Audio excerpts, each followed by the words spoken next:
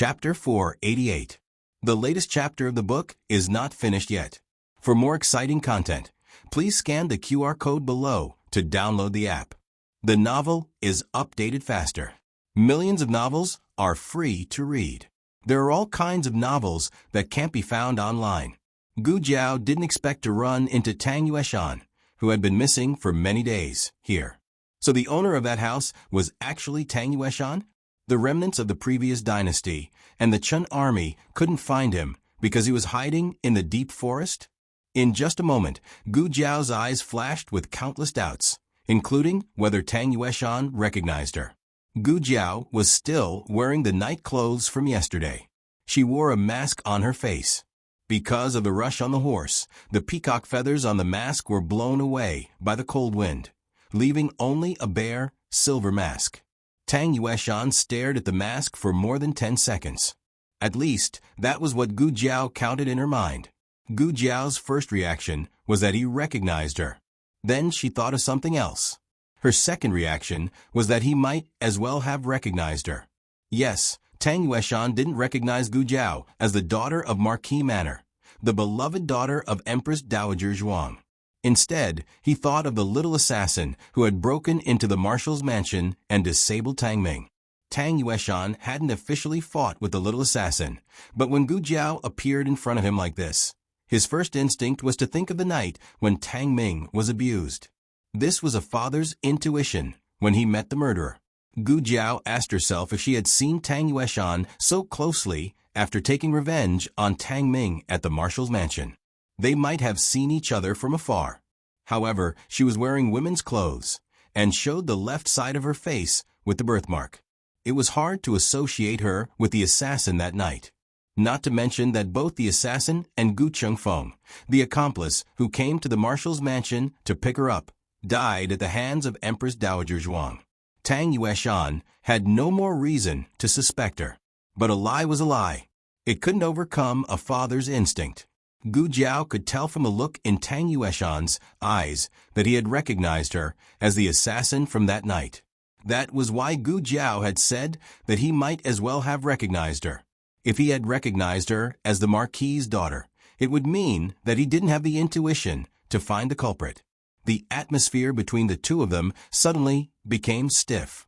Countless thoughts flashed through Gu Jiao's mind at that moment, as did Tang Yueshan. He had personally seen Empress Dowager Zhuang's trusted eunuch, Eunuch Qin, bring the two assassins into the forest to execute them. Afterwards, Eunuch Qin came to report that the assassins had been executed. He didn't check the bodies because he believed in Empress Dowager Zhuang. He didn't think that she would protect two assassins who made trouble in the marshal's mansion. After all, he was Empress Dowager Zhuang's trusted minister. If he wanted to kill two mere assassins, why would Empress Dowager Zhuang do this? But now, this little assassin had appeared right in front of him.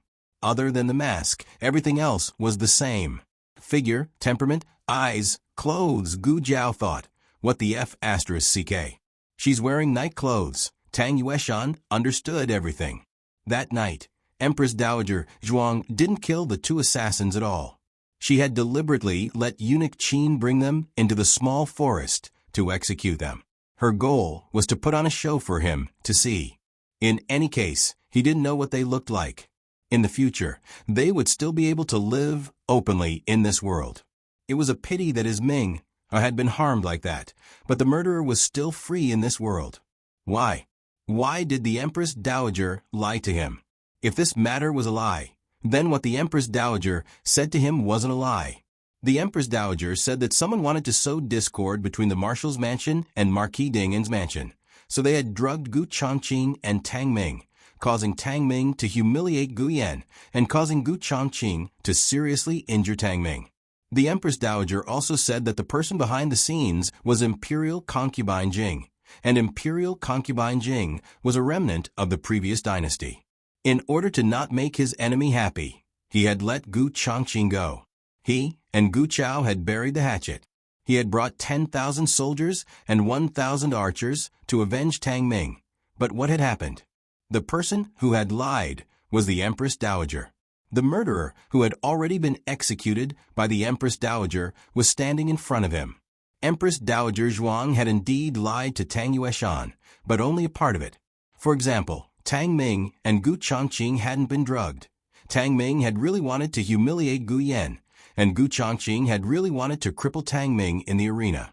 But regarding imperial concubine Jing being a remnant of the previous dynasty, and her wanting to sow discord between Tang Yueshan and Marquis Ding'an's mansion, Empress Dowager Zhuang had spoken from the bottom of her heart. But as long as a person told lie, all of her words would become untrustworthy. Countless doubts and anger flashed through Tang Yueshan's mind. He hadn't seen Tang Ming humiliate Gu Yan with his own eyes. Although Tang Ming's servant had admitted it, what if the servant had been bribed by the Empress Dowager? On the contrary, Gu Chongqing had injured Tang Ming in the arena in the barracks, and this little assassin had tortured Tang Ming until he was crippled. These were facts that he had seen with his own eyes. And Empress Dowager Zhuang had protected them. Empress Dowager Zhuang. Empress Dowager Zhuang was jackals of the same tribe as them.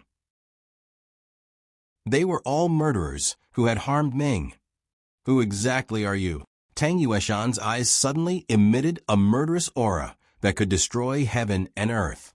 He had been holding a prey in his hand, but now he didn't want it anymore. After coldly throwing it away, he reached out his hand to grab Gu Jiao's throat. Gu Jiao wouldn't give up without a fight. She blocked his hand with a withered branch. Unexpectedly, this guy had a pair of iron hands that went through the branch. Tang Yueshan was able to become the Grand Marshal of all the armed forces in the world, not only because of Empress Dowager Zhuang's favor, but also because of his own strength. His internal strength was very strong, and it wasn't any weaker than His Majesty's Dragon Shadow Guards. Gu Jiao had been busy for a day and a night. Her physical strength was already exhausted, and there was no way she could withstand his attack. However, at this critical moment, the sound of soldiers talking suddenly came from a forest. "Boss, there's a small wooden house over there. Let's go. Let's go and see." It was the army of the remnants of the previous dynasty. Tang Yueshan was also wanted by the remnants of the previous dynasty. His expression changed immediately. "You're a remnant of the previous dynasty." "I'm not," Gu Jiao said. When Tang Yueshan heard Gu Jiao's female voice, he was even more surprised than when he saw the remnants of the previous dynasty's army. "You're a girl." It wasn't his fault that he hadn't seen the world. It was just that, how could the methods she used to torture Tang Ming be the work of a girl? Was she that shameless? Gu Jiao originally thought that she was unlucky enough to run into Tang Yueshan while picking up firewood.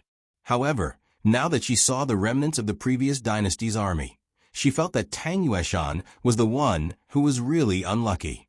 He was hiding in the deep mountains and forests, and if nothing unexpected happened, he could hide for a year and a half. But now, she was exposed. Tang Yueshan also figured out the crux of the matter. He gritted his teeth and looked at Gu Jiao.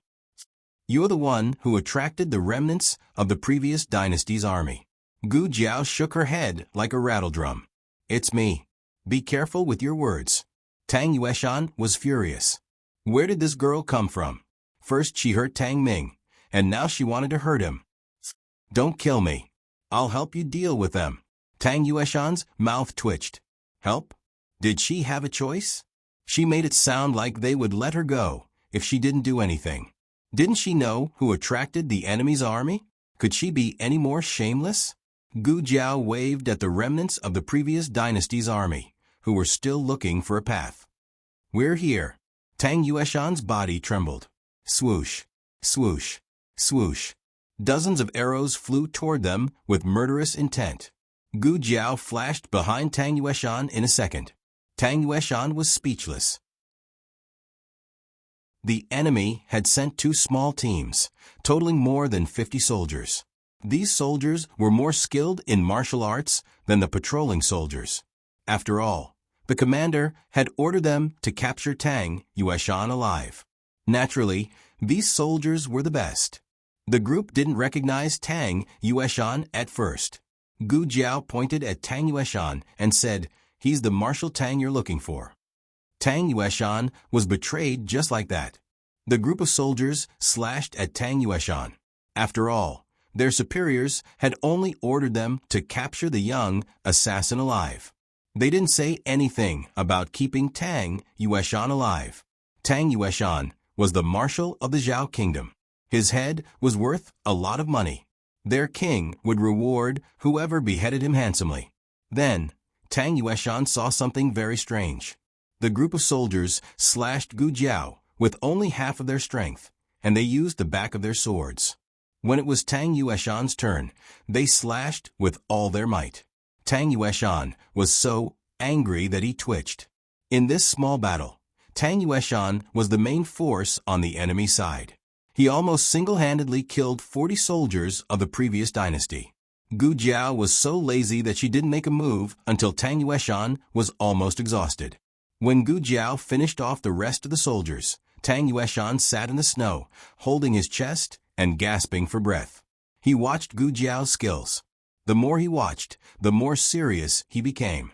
That night when Gu Jiao sneaked into the marshal's mansion, even if he didn't fight with her, he could still see her being hunted by the Tang family's archers.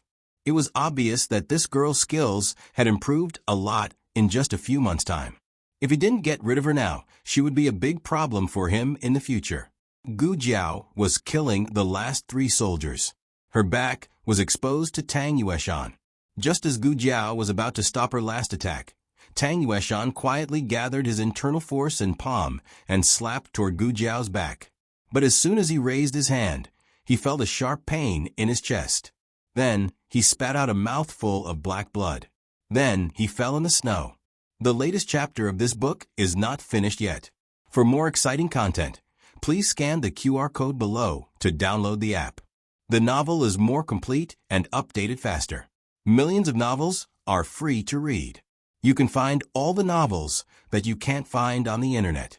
https://www.zhbqg.com/8964-2_89642826/1096027993. HTML Genius memorized this site's address: www.zhbqg.com. Bkj mobile reading website zhbqg.com.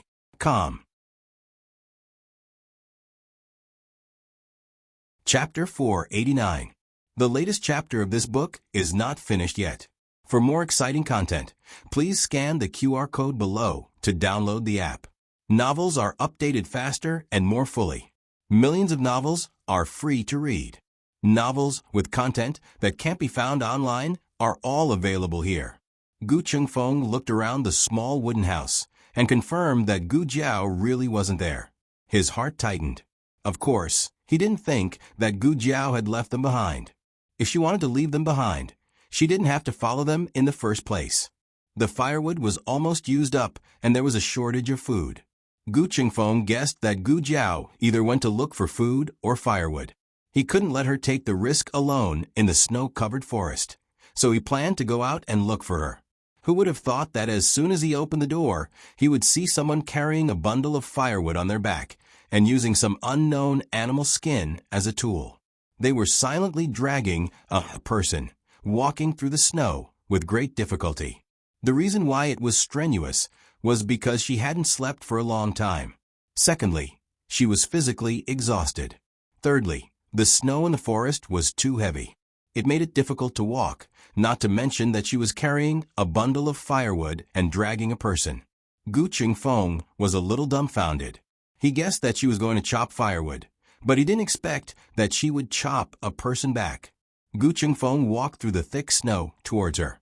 When he got closer, he heard weak breathing and confirmed that it wasn't a corpse. Gu Chengfeng's expression was a little complicated. "What's going on? Don't tell me you picked up another person." Why did he use another? Wasn't it because of the old madam and Xiao Liulong's deeds? Without waiting for Gu Jiao's reply, Gu Chengfeng's mouth twitched.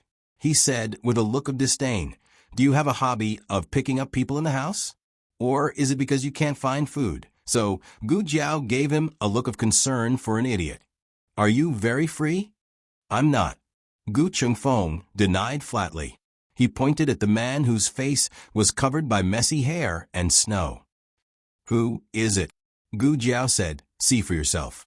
Gu Chengfeng squatted down and brushed away the messy hair and snow on the man's face. A familiar and dignified face greeted Gu Chengfeng's eyes. Shocked, Gu Chengfeng jumped to his feet and took a big step back. "Tang Yueshan." He looked at Gu Jiao in disbelief. Why did you bring him back?" "No, I should be asking you, why is he here? And dressed like this?" Needless to say, the animal skin under Tang Yueshan's body was taken from him. His legs were also wrapped with animal skin to keep warm, and he wore an animal skin cap on his head. He was dressed like a hunter. Wait, the owner of this cabin. Could it be Tang Yueshan? Gu Chengfeng's jaw dropped. Gu Jiao said, "I don't know who the previous owner is, but the current owner should be Tang Yueshan." So, the reason why the remnants of the previous dynasty and the Chun army couldn't find Tang Yueshan was because he was hiding here? But why is he injured?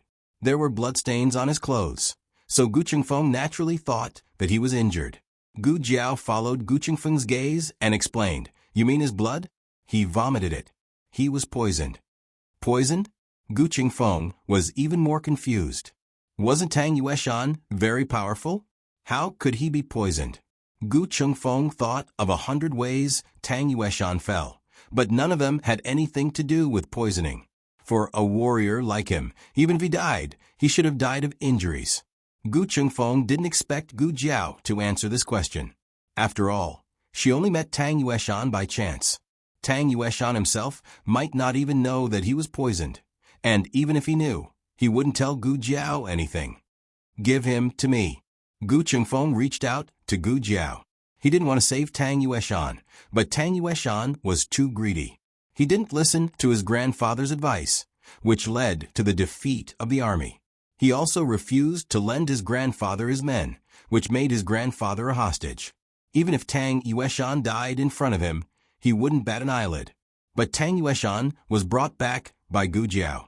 Gu Chengfeng thought about it and decided that he didn't have the right to interfere with what Gu Jiao did to Tang Yueshan. But he still had to remind her of her position with Tang Yueshan. "Don't blame me for not reminding you.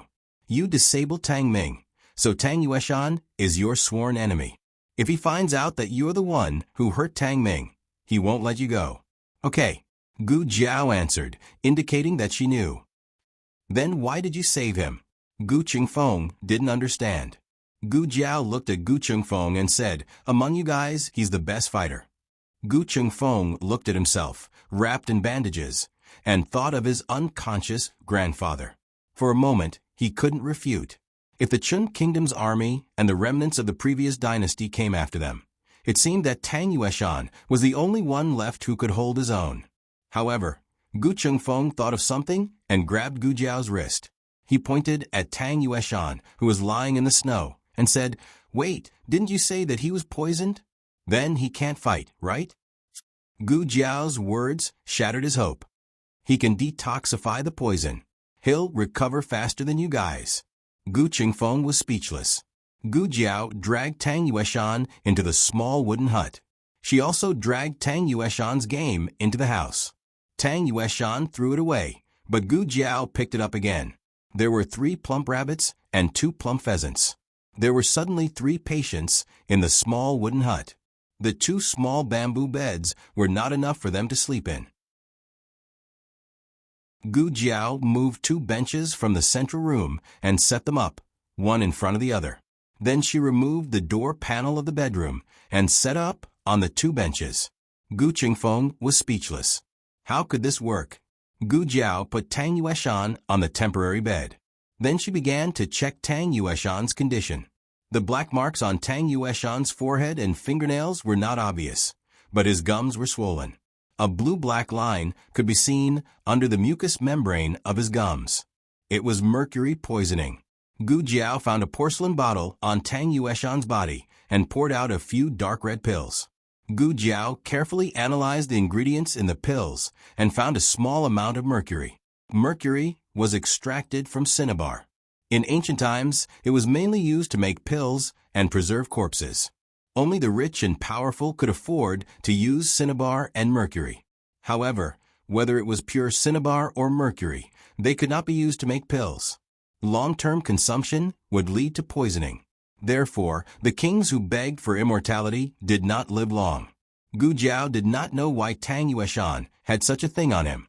Fortunately, the poison was mild and did not hurt his internal organs. Fortunately, there was a special antidote for this kind of poison. Gu Jiao took out the medicine from a medicine box and gave Tang Yueshan an intravenous drip. Tang Yueshan vomited blood and fainted not only because he was poisoned, but also because he suffered some internal injuries. However, it was not as serious as the old dukes and Gu Qingfeng's. 2 hours later, Tang Yueshan woke up on the wooden door. His treatment was over. He was covered with his own animal skin, and there was a burning brazier not far from him, so he did not feel cold. Gu Qingfeng went to the stove in the central room to watch the fire. There was a pot of pheasant soup simmering on the stove. The strong aroma of the chicken soup drifted into the room. Tang Yueshan had not eaten for a few days. He suddenly felt hungry, and his stomach growled. Gu Jiao was changing the old duke's dressing. Hearing the sound, she said flatly, "The chicken soup is not ready yet." The room was not big. Tang Yueshan's wooden bed was in front of the old duke's bamboo bed. Tang Yueshan turned his head and saw the old duke and Gu Jiao on the bamboo bed. A trace of seriousness and surprise flashed across his eyes. He looked away from the old duke and fixed his eyes on Gu Jiao, who was changing the old duke's dressing. He asked in a low voice, "Who are you?" Gu Jiao changed the last of the dressing and covered the old duke with a quilt. She turned around and took off the mask on her face. Tang Yueshan frowned when he saw Gu Jiao's fairy-like face with a red birthmark.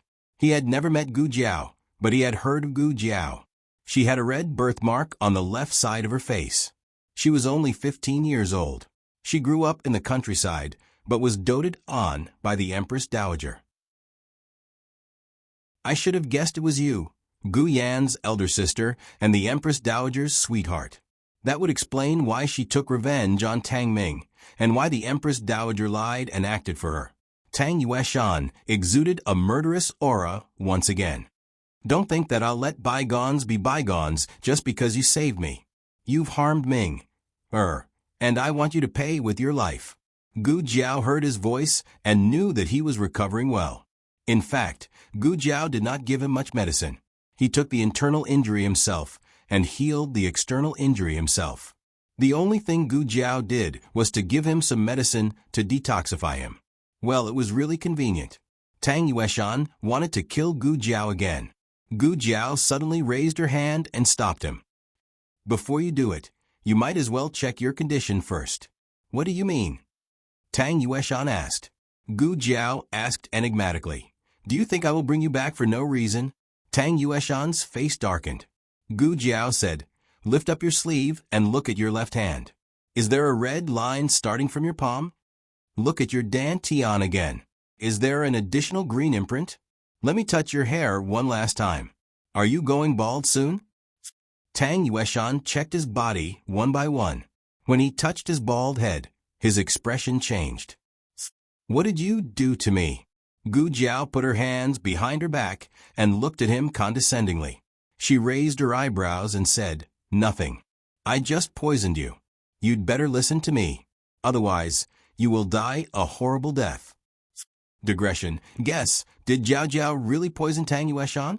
The latest chapter of this book is not finished yet. For more exciting content, please scan the QR code below to download the app. Novels are updated faster and more frequently. Millions of novels are free to read. You can find all the novels that you can't find on the internet here. https://www.zhbqg.com/8964-2_896/1096-01380. HTML Genius memorized the website address in 1 second. www.zhbqg.com Bkj mobile reading website. zhbqg.com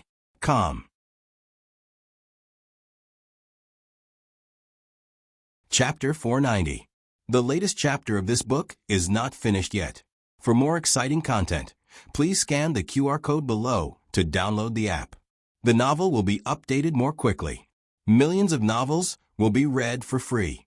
There are all kinds of novels that you can't find online.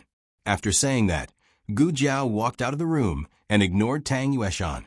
Tang Yueshan was smart enough to be fooled. It wasn't that Tang Yueshan was stupid. Well, he was a little stupid.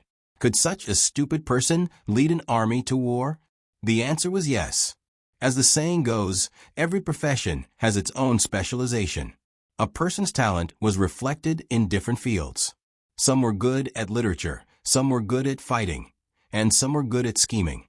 Tang Yueshan was invincible on the battlefield because he was familiar with the art of war, he was brave and good at fighting, and the archers of the Tang family helped him a lot. Tang Yueshan mainly relied on bravery to fight, but the art of war and strategy were secondary. Gu Jiao went to the central room to see how the chicken soup was simmering. Gu Chengfeng sat on a small stool in front of the stove, warming himself while looking at Gu Jiao. Just now, the two of them were talking loudly in the room, so Gu Chengfeng heard it too. He asked Gu Jiao in a low voice, "Did you really poison that guy?" Gu Jiao lifted the lid of the pot and shook her head. No. How could she bear to spend such an expensive poison? She drew the red line.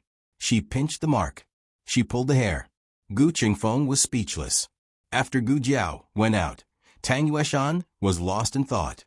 Of course, he suspected that Gu Jiao was scaring him, but Gu Jiao acted so naturally that he didn't feel guilty at all. Ordinary people wouldn't carry poison with them, but Gu Jiao was a doctor. Tang Yueshan had heard about this when he was in the capital, not to mention that he saw Gu Jiao change the medicine for the old duke with his own eyes. He was afraid that Gu Jiao had cured his injuries. Medicine and poison went hand in hand, so it was not surprising that a doctor had poison. Thinking of this, Tang Yueshan suddenly didn't dare to act rashly. The food was placed in the central room. During dinner, Tang Yueshan met Gu Chengfeng. Gu Chengfeng did not wear a mask either. It was not that he did not want to, but there was no need to. His head and face were covered in gauze, only revealing his eyes and mouth. Tang Yueshan could tell from Gu Chengfeng's figure that he was the other assassin from that night. Strictly speaking, Gu Chengfeng was not an assassin. He was there to look for Gu Jiao. When he arrived at the marshal's residence, Gu Jiao had already started fighting with the marshal's residence. He had only escaped from the marshal's residence with Gu Jiao, but his figure and silhouette were deeply imprinted in Tang Yueshan's mind, even though they had only met face to face.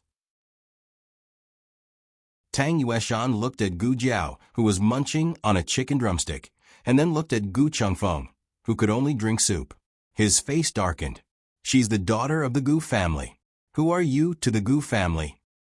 First, the two of them had participated in the revenge against Tang Ming. Then, the two of them had saved the old duke. Tang Yueshan did not believe that there was nothing going on between them. Gu Chengfeng said angrily, "Who I am has nothing to do with you." Tang Yueshan looked at Gu Chengfeng deeply. "Gu Chao has 4 grandsons. You're not Gu Changqing, so there are 3 more. You're not the youngest, so there are only 2 left. Wait. Does your stupidity even discriminate between people? You're so easily fooled when you're with that girl. How come you're so smart when you're with me?" Tang Yueshan continued. "I heard that Gu Chao's 3rd grandson shaved his head and became a monk. Looks like you're the second." Gu Chengfeng's mouth twitched again. What shaved his head and became a monk? His younger brother just could not grow hair. Gu Chengfeng gritted his teeth and muttered, "Who spread that rumor? I'll kill him when I get back." Tang Yueshan said sarcastically, "I only knew that Gu Chao's eldest grandsons were promising. I didn't expect them to be so skillful." Skillful was a compliment, but when it came from his mouth, there was an inexplicable sense of mockery. Tang Yueshan continued, "Your grandfather lived an honest and upright life, but each of his grandsons is more devious than the last. I really don't know if his sanctimonious appearance in the past was all an act, or if you've all gone astray."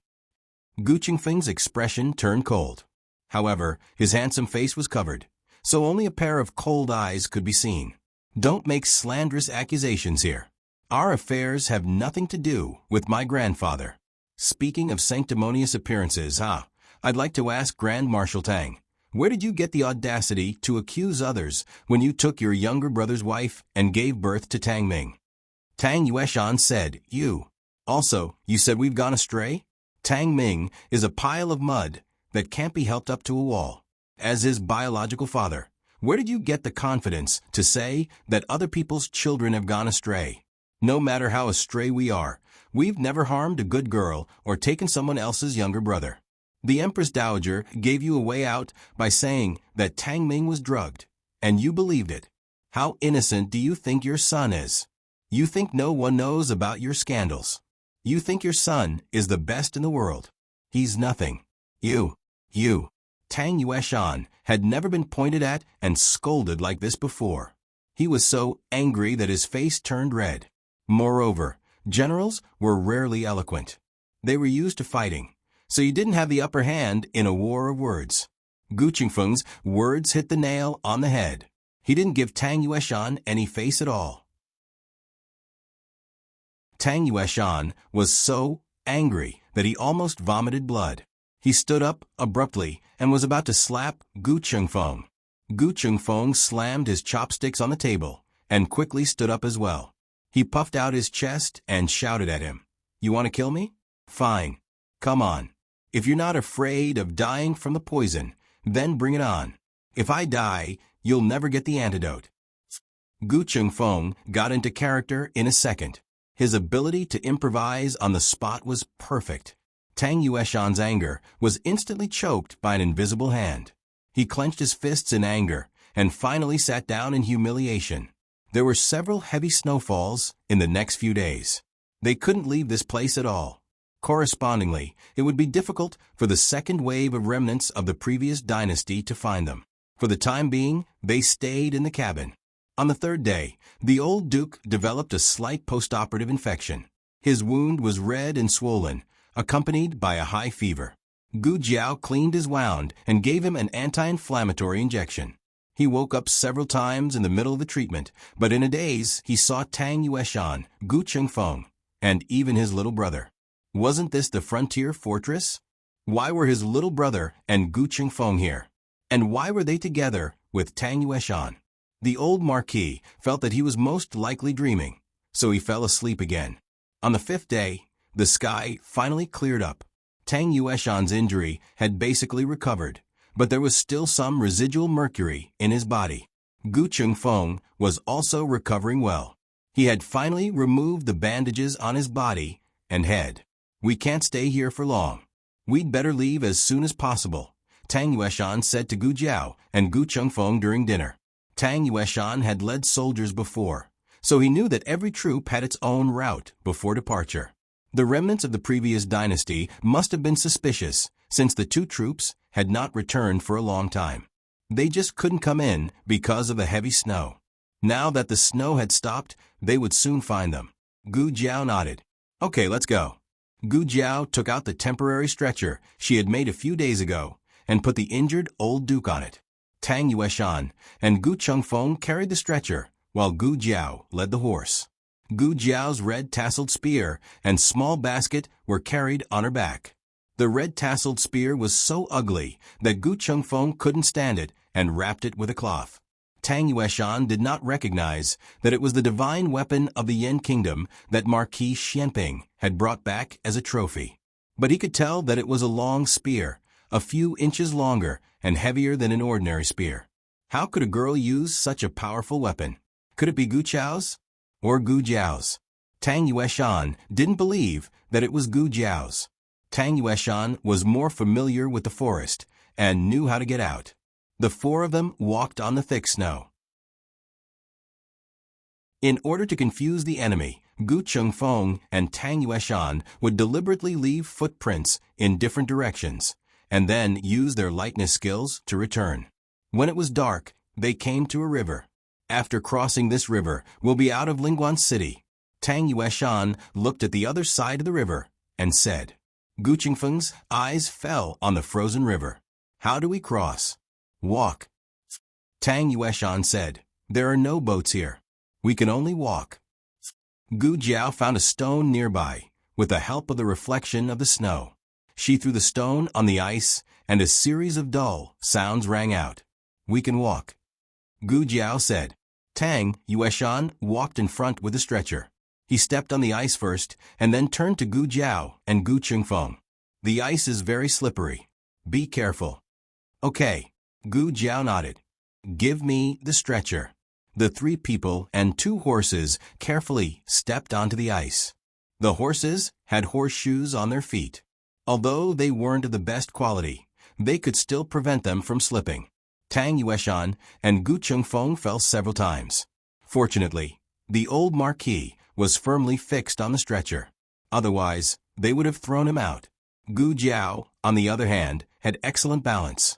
It was as if she was walking on flat ground. After countless falls, the 3 of them finally reached the other side of the river. Panting, Gu Chengfeng asked, "Where are we going later?" Tang Yueshan said, "East is Yueqing City. West is Yi City." Gu Chengfeng said without hesitation, "East, east. Back to Yueqing City. Yi City has been occupied by the Chun army and the remnants of the previous dynasty. Let's not go there to die." Gu Jiao glanced at Tang Yueshan. Tang Yueshan didn't say anything. The 4 of them continued forward. But just as they were about to reach the shore, an arrow pierced through the air behind them. With a whoosh, it shot towards Gu Jiao's back. "Digression, I'm stuck. I'll write it tomorrow morning. Everyone, come back later." The latest chapter of this book is not finished yet. For more exciting content, please scan the QR code below to download the app. Novels are updated faster. Millions of novels are free to read. Novels with content that can't be found online are all available here.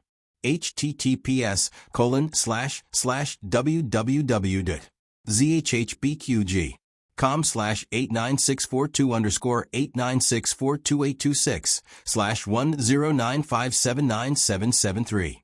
HTML Genius memorized this website's address in 1 second. www.zhpqg.com Biku Go mobile reading website. zhpqg.com.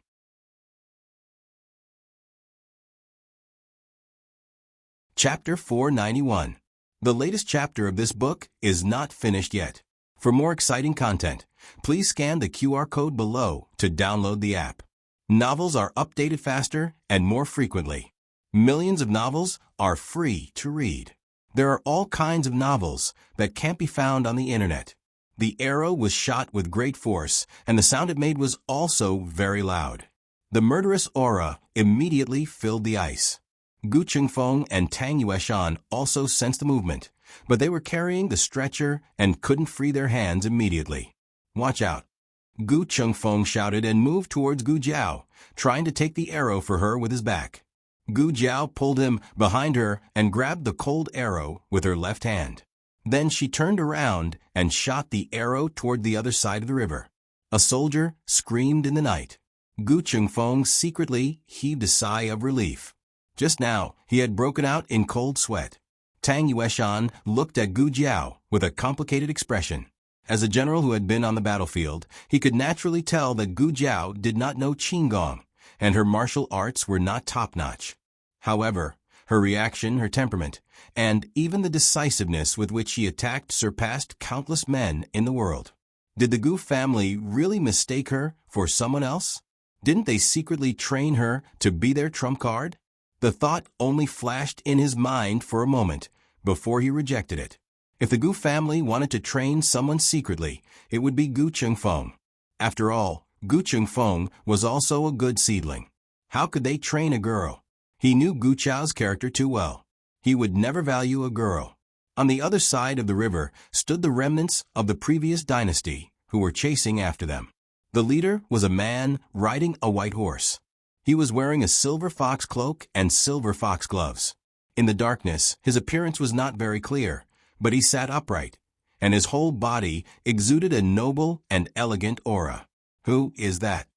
Gu Chengfeng asked. Tang Yueshan's face darkened. "Prince Consort." Realization dawned on Gu Chengfeng's face.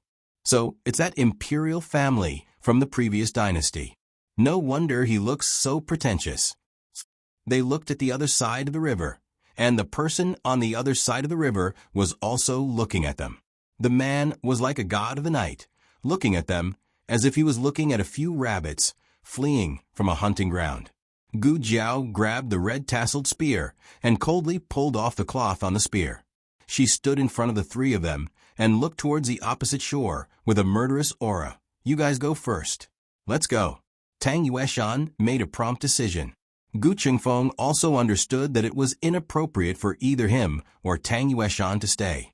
He didn't trust Tang Yueshan in the first place. He didn't know what would happen if he left Tang Yueshan here. As for letting Tang Yueshan go with Gu Jiao, he was even more worried. Tang Yueshan's kung fu was very good. If he found out that he wasn't poisoned and was just fooled by Gu Jiao, then Gu Jiao would be in danger. Gu Qingfeng gritted his teeth. He and Tang Yueshan carried the stretcher and quickly went ashore, disappearing into the endless darkness. The man with the silver fox on the other side of the river stared at Gu Jiao. His eyes lingered on her red-tasseled spear for a moment. He seemed to have recognized something. He hesitated for a moment, but it didn't take long. He raised his hand and pressed the tip of his finger down. Gu Jiao seemed to hear him say, "Attack." Hundreds of soldiers stepped on the ice and rushed towards Gu Jiao with long swords. Gu Jiao didn't rush to attack. Instead, she took out a pair of ice skates from her small basket and tied them to her feet. No one understood what she was doing, and no one cared. There were hundreds of them. It was more than enough to kill one person, wasn't it? Moreover, they were soldiers from the frontier fortress. The soles of their shoes were anti-slip, so they could walk freely on the ice. No one expected that once Gu Jiao made her move, they would be dumbfounded. They could at most walk steadily on the ice, but this masked kid was actually running on the ice. No, he was flying on the ice. Gu Jiao was too fast. With the ice skates on, she was like a nighthawk that spread its wings. No one could catch her figure. She waved her spear, and every time she attacked, it was a killing move. The soldiers in front of her fell one by one. In just a moment, almost half of them were killed. "Sir," one of his trusted subordinates looked at the man with the silver fox in shock and worry. The man with the silver fox didn't say anything. He just stared at Gu Jiao, who was bathed in blood. Her red-tasseled spear was stained with blood. Her body was also covered in blood, but none of it was hers. The man with the silver fox slowly took off his gloves and passed his fair and slender hand to his subordinate. His subordinate understood and presented a big bow with both hands. The man with the silver fox held the bow with his right hand and took out 3 arrows from the quiver hanging on the saddle with his left hand. He shot the 3 arrows at Gu Jiao. His 3 arrows almost blocked all of her escape routes. No matter how she dodged, she would at least be hit by one of his arrows. If she was unlucky, all 3 arrows would hit her. The soldiers on the ice seemed to have seen through their sir's trick. They didn't hesitate to block Gu Jiao with their lives. At this moment, something unexpected happened. On the other side of the river, 3 arrows were shot at them. Each arrow hit the man with the silver fox's arrow and split it in half. The force of the arrows was still strong, and they were shot at the man with the silver fox. The man with the silver fox picked up the shield from his trusted subordinate and blocked the arrows that were shot at him. The 3 arrows looked like they were aimed at him, but when they got closer, he realized that only 1 arrow had hit his shield. The other 2 arrows had clearly hit his 2 trusted subordinates. The 2 of them fell into the snow on the spot. The man with the silver fox looked across the ice and saw Tang Yueshan, who was coming back with the bow in his hand. Tang Yueshan did not cross the river. He found a vantage point on a big tree and aimed at Gu Jiao's blind spot. If 1 came, he would shoot.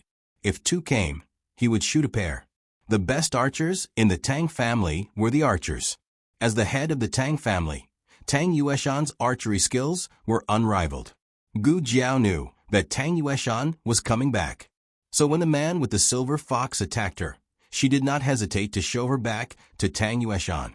To be honest, Tang Yueshan was surprised by her trust in him. Was she not afraid that he would not make it in time or make a mistake? Gu Jiao fought without any scruples. Her speed on the ice was very fast. If it was an ordinary archer, they would not be able to keep up with her speed. However, Tang Yueshan kept up with her. Gu Jiao pierced a soldier with her spear, and 2 more soldiers came from behind her. She didn't even bat an eyelid and rushed forward to kill them. Tang Yueshan shot the 2 of them with an arrow. If Gu Jiao was the spear that charged forward bravely, Tang Yueshan was the shield that protected her back. The 2 of them cooperated seamlessly. Tang Yueshan did not have such tacit understanding with his biological son, Tang Ming. Tang Ming was an excellent soldier. However, he did not dare to entrust his back to anyone. He only trusted himself. So, he had some scruples when fighting. It was said that father and son were soldiers in battle. In fact, Tang Yueshan was quite satisfied with his cooperation with Tang Ming if he did not encounter Gu Jiao. However, after this fight, Tang Yueshan finally realized what true tacit understanding was. Wherever Gu Jiao rushed, Tang Yueshan's arrow would clear a path for her. Wherever Gu Jiao retreated, Tang Yueshan's arrow would protect her. There were only 2 of them, but they had the momentum of a magnificent army. The Silver Fox man narrowed his eyes slightly. When Tang Yueshan drew his bow again to kill the stumbling block behind Gu Jiao, the man with the silver fox aimed at Tang Yueshan's leg and shot an arrow. If Tang Yueshan could protect himself, he would not be able to protect Gu Jiao. Between the 2 of them, one of them had to be injured. Tang Yueshan gritted his teeth and shot at Gu Jiao's side. Tang Yueshan let out a muffled groan as the sharp blade pierced his thigh. He fell from the tree with a sharp pain. Gu Jiao frowned. She kicked away the last soldier, grabbed the red-tasseled spear in her hand, and galloped across the ice. She was like a flash of black lightning.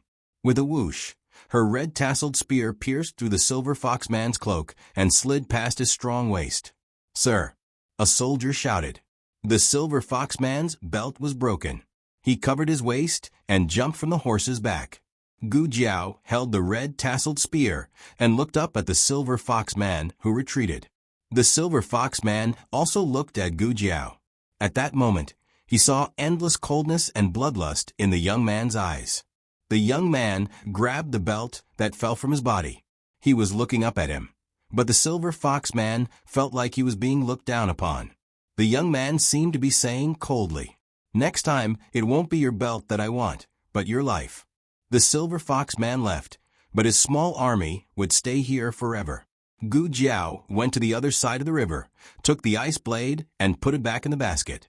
There was an arrow in Tang Yueshan's left thigh, which went through his entire leg. Gu Jiao put the red-tasseled spear and the basket on the ground. She knelt on one knee and said to Tang Yueshan, "Bear with it." Cold sweat broke out on Tang Yueshan's forehead. Gu Jiao took out her dagger, cut off the arrowhead, and pulled the arrow out from the other end. Blood splattered everywhere. She quickly covered the 2 bloody holes in Tang Yueshan's thigh with gauze. "It's useless." Tang Yueshan's lips were pale. "It's a rusty arrow. Girl, I regret it. If I had known, I wouldn't have saved you." Tang Yueshan was a man who had experienced countless battles. He knew that once this rusty weapon hurt someone, it could never be healed. The prince consort did it on purpose. He wanted to kill him or Gu Jiao.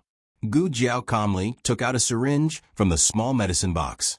Tang Yueshan looked at the thick and long needle. His heart skipped a beat. "What are you doing?" Gu Jiao raised her eyebrows. "I'm giving you a tetanus injection." Tang Yueshan didn't understand what she was talking about, but Gu Jiao's action of pulling down his pants with the needle made him panic. "You brat. I saved you. You stabbed me with the needle. Are you even human?" "You, ouch." Tang Yueshan felt a chill and pain in his buttocks. Grand Marshal Tang, who would never cry, bit his finger and cried. The latest chapter of this book is not finished yet. For more exciting content, please scan the QR code below to download the app. Novels are updated faster and more frequently. Millions of novels are free to read. You can find all the novels that you can't find online. https://www.zhbqg.com/89642_896421_109574201. HTML Genius memorized this website's address in 1 second. www.zhbqg.com Bqg mobile reading website. zhbqg.com.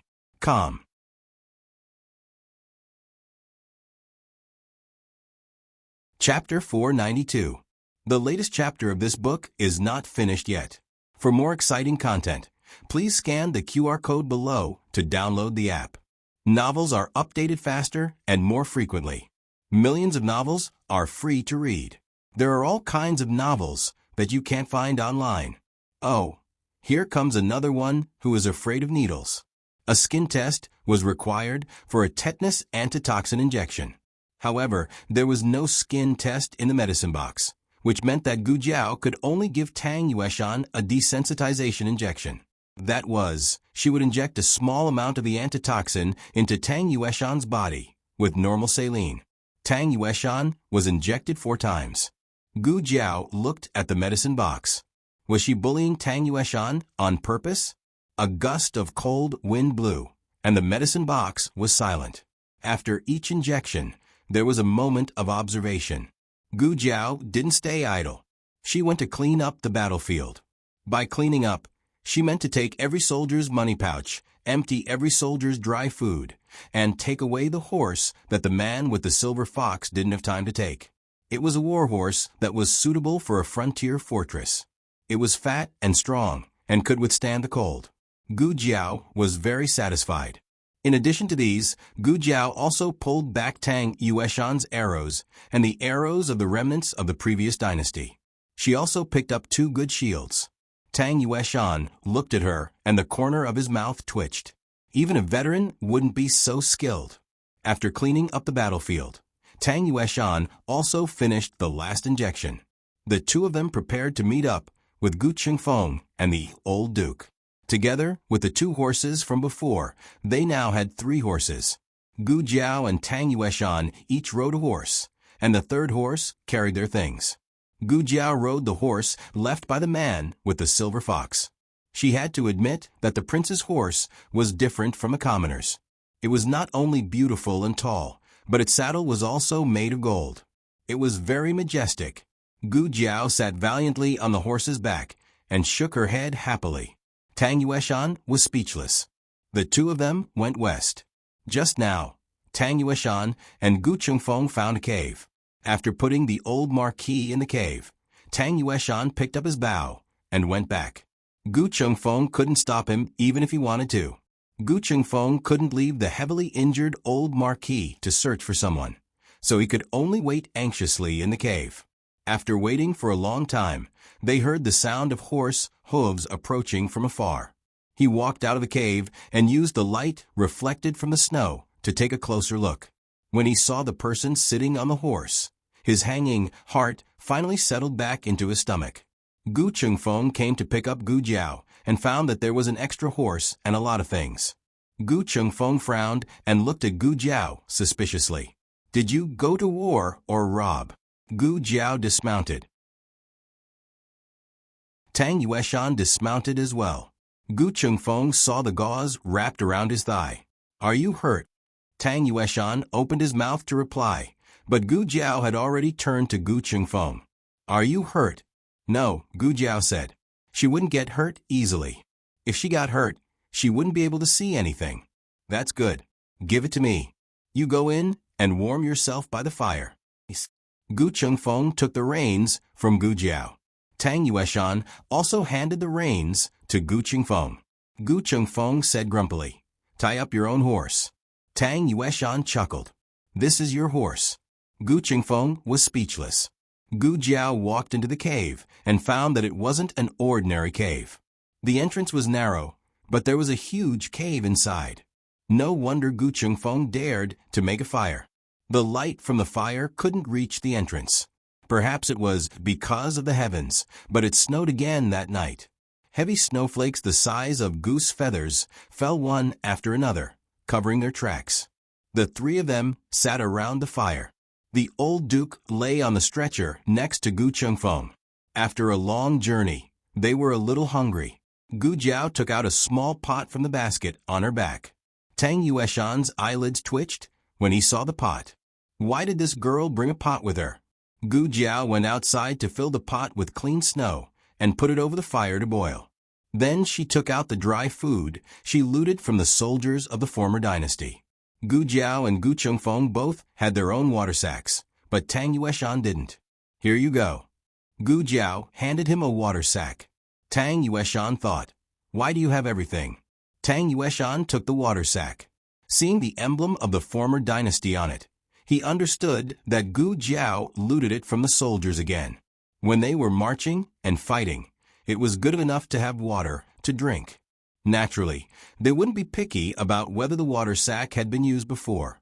However, Gu Jiao gave him a new one. He didn't know if it was a coincidence or if she had chosen a new one. Tang Yueshan looked at Gu Jiao with a complicated expression. It's almost done, Gu Jiao said. Tang Yueshan lowered his gaze. He didn't say that he wasn't waiting for food. Gu Jiao distributed the baked pancakes. The few of them ate the pancakes and drank the snow water. No one said anything. Tang Yueshan was used to this kind of food. He subconsciously looked at Gu Jiao and Gu Chengfeng. He thought that Gu Jiao wouldn't be used to it. Who would have thought that Gu Jiao ate at ease, while Gu Chengfeng looked disgusted? That was true. This girl grew up in the countryside and suffered hardships.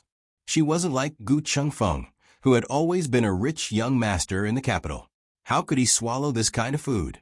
Thinking of this, Tang Yueshan looked at Gu Jiao with a complicated expression. After the meal, Gu Chengfeng took out a map.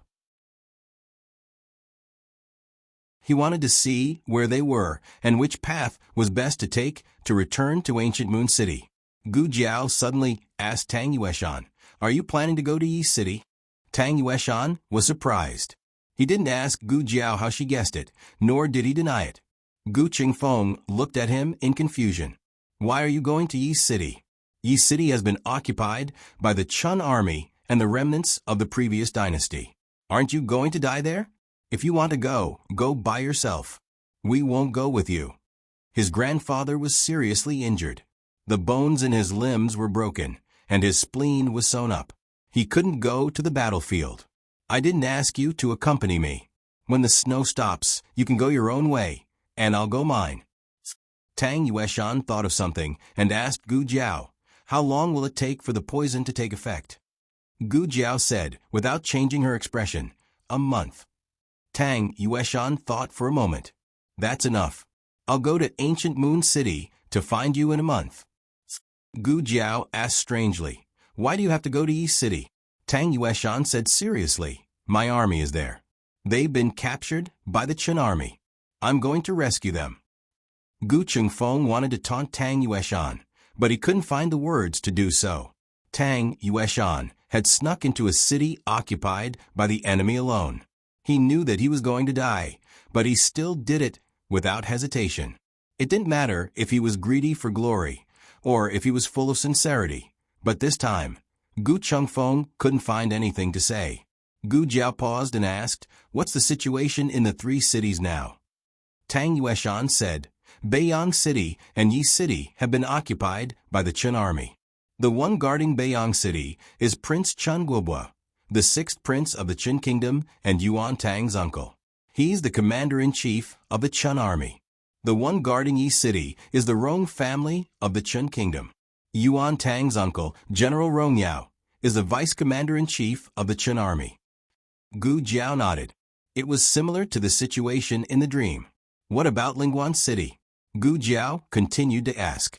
Tang Yueshan said, "There are some Chun army in Lingguan City, but it's mainly guarded by the remnants of the previous dynasty. Princess Ning and son-in-law, Lord Fu Yun, has the blood of the previous dynasty's royal family. His uncle named himself King Yi. It's said that he's going to be the emperor soon." Gu Chengfeng said coldly, "They're overestimating themselves. The previous dynasty has been destroyed for 200 years. It's no longer in power. Do they really think they can overthrow the imperial power just because they bought some people and colluded with the Chun army? When my eldest brother comes, he'll lead the Gu army to wipe them all out. Gu Jiao didn't say anything.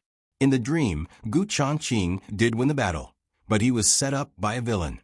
The Gu army was almost wiped out and his legs were cut off. The snow in the pot was gone. Gu Jiao said, "I'll go get some snow." "I'll go," Gu Chengfeng said. "No need." Gu Jiao took the pot and went out. Only the old duke, who was sleeping, and Gu Chengfeng and Tang Yueshan were left in the cave. "What are you looking at?" Gu Chengfeng rolled his eyes at him. He picked up some wet firewood from outside the cave and put it beside the fire. Tang Yueshan suddenly said, "She's my sister-in-law." Gu Chengfeng was taken aback by this abrupt question. "Why did it have to do with your sister-in-law? Who cares about your family's affairs?" Tang Yueshan also went out of the cave, leaving Gu Chengfeng alone in the wind. After a while, Gu Chengfeng patted his thigh and said, "I remember now." He said that it was a few days ago. Tang Yueshan mocked his grandfather for being sanctimonious and said that he and Gu Jiao were children who grew up crooked. Gu Chengfeng then retorted to Tang Yueshan. One of the sentences was about Tang Yueshan seizing his younger brother's wife. "I remember wrong. Tang Yueshan is the second son in the family, and Mrs. Tang is his sister-in-law. So when he said those words to me just now, he wanted to tell me that he wasn't seizing his younger brother's wife, but his sister-in-law?" Gu Chengfeng was speechless. Tang Yueshan must be out of his mind. They still had to take turns to keep watch at night.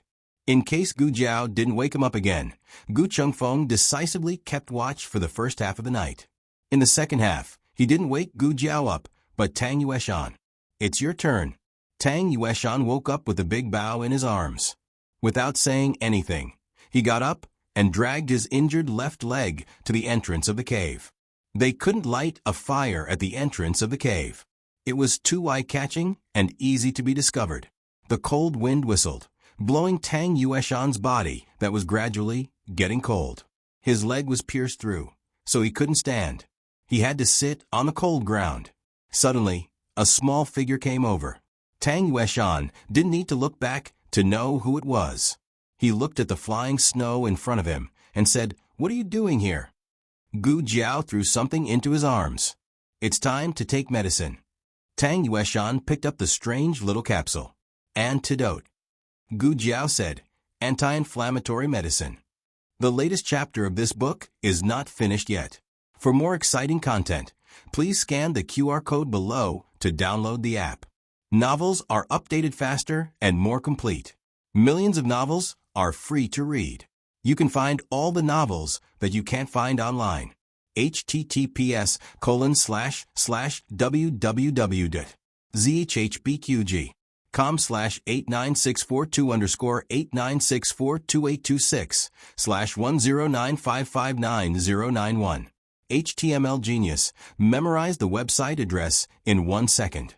www.zhbqg.com Bikuga mobile reading website. zhbqg.com.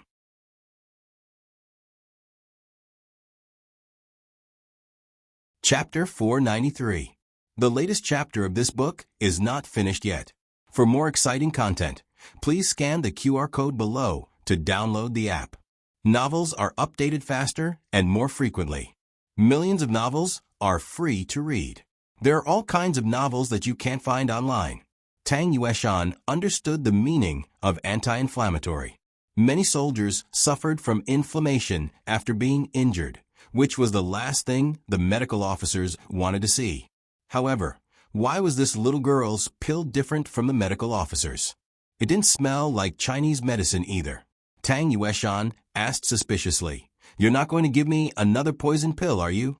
Gu Jiao gave him a look that said, "Do you think I'm such a generous person?" Tang Yueshan swallowed the pill with water in the end. He had never taken a capsule before, so he didn't know that this thing could stick to the throat. It couldn't go up or down, so it was stuck there. It was driving him crazy. Gu Jiao said to Tang Yueshan, "I'll keep watch. You go to sleep." Tang Yueshan said, "I'll keep watch." How could he let a little girl keep watch at night?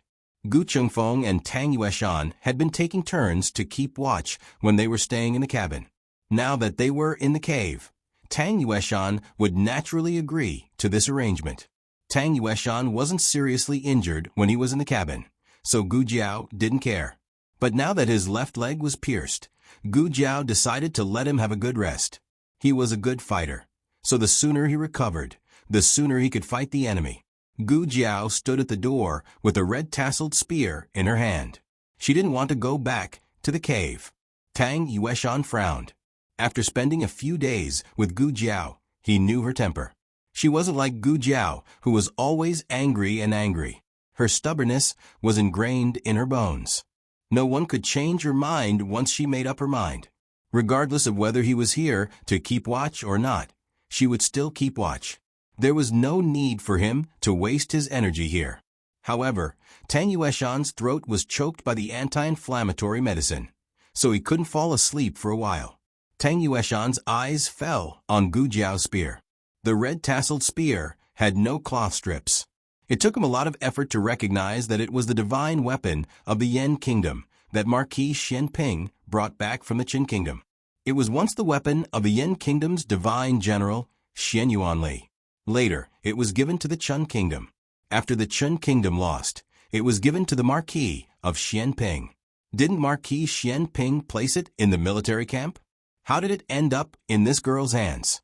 Marquis Xianping gave it to her? Otherwise, it would be Gu Chao. If it was Gu Chao, this action was very thought-provoking.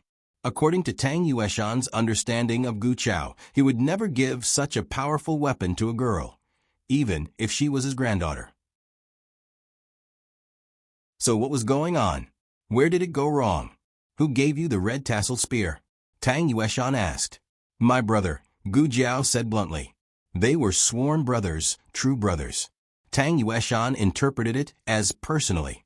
Could it be that Gu Chao gave it to one of his grandsons, who then gave it to Gu Jiao? Gu Changqing?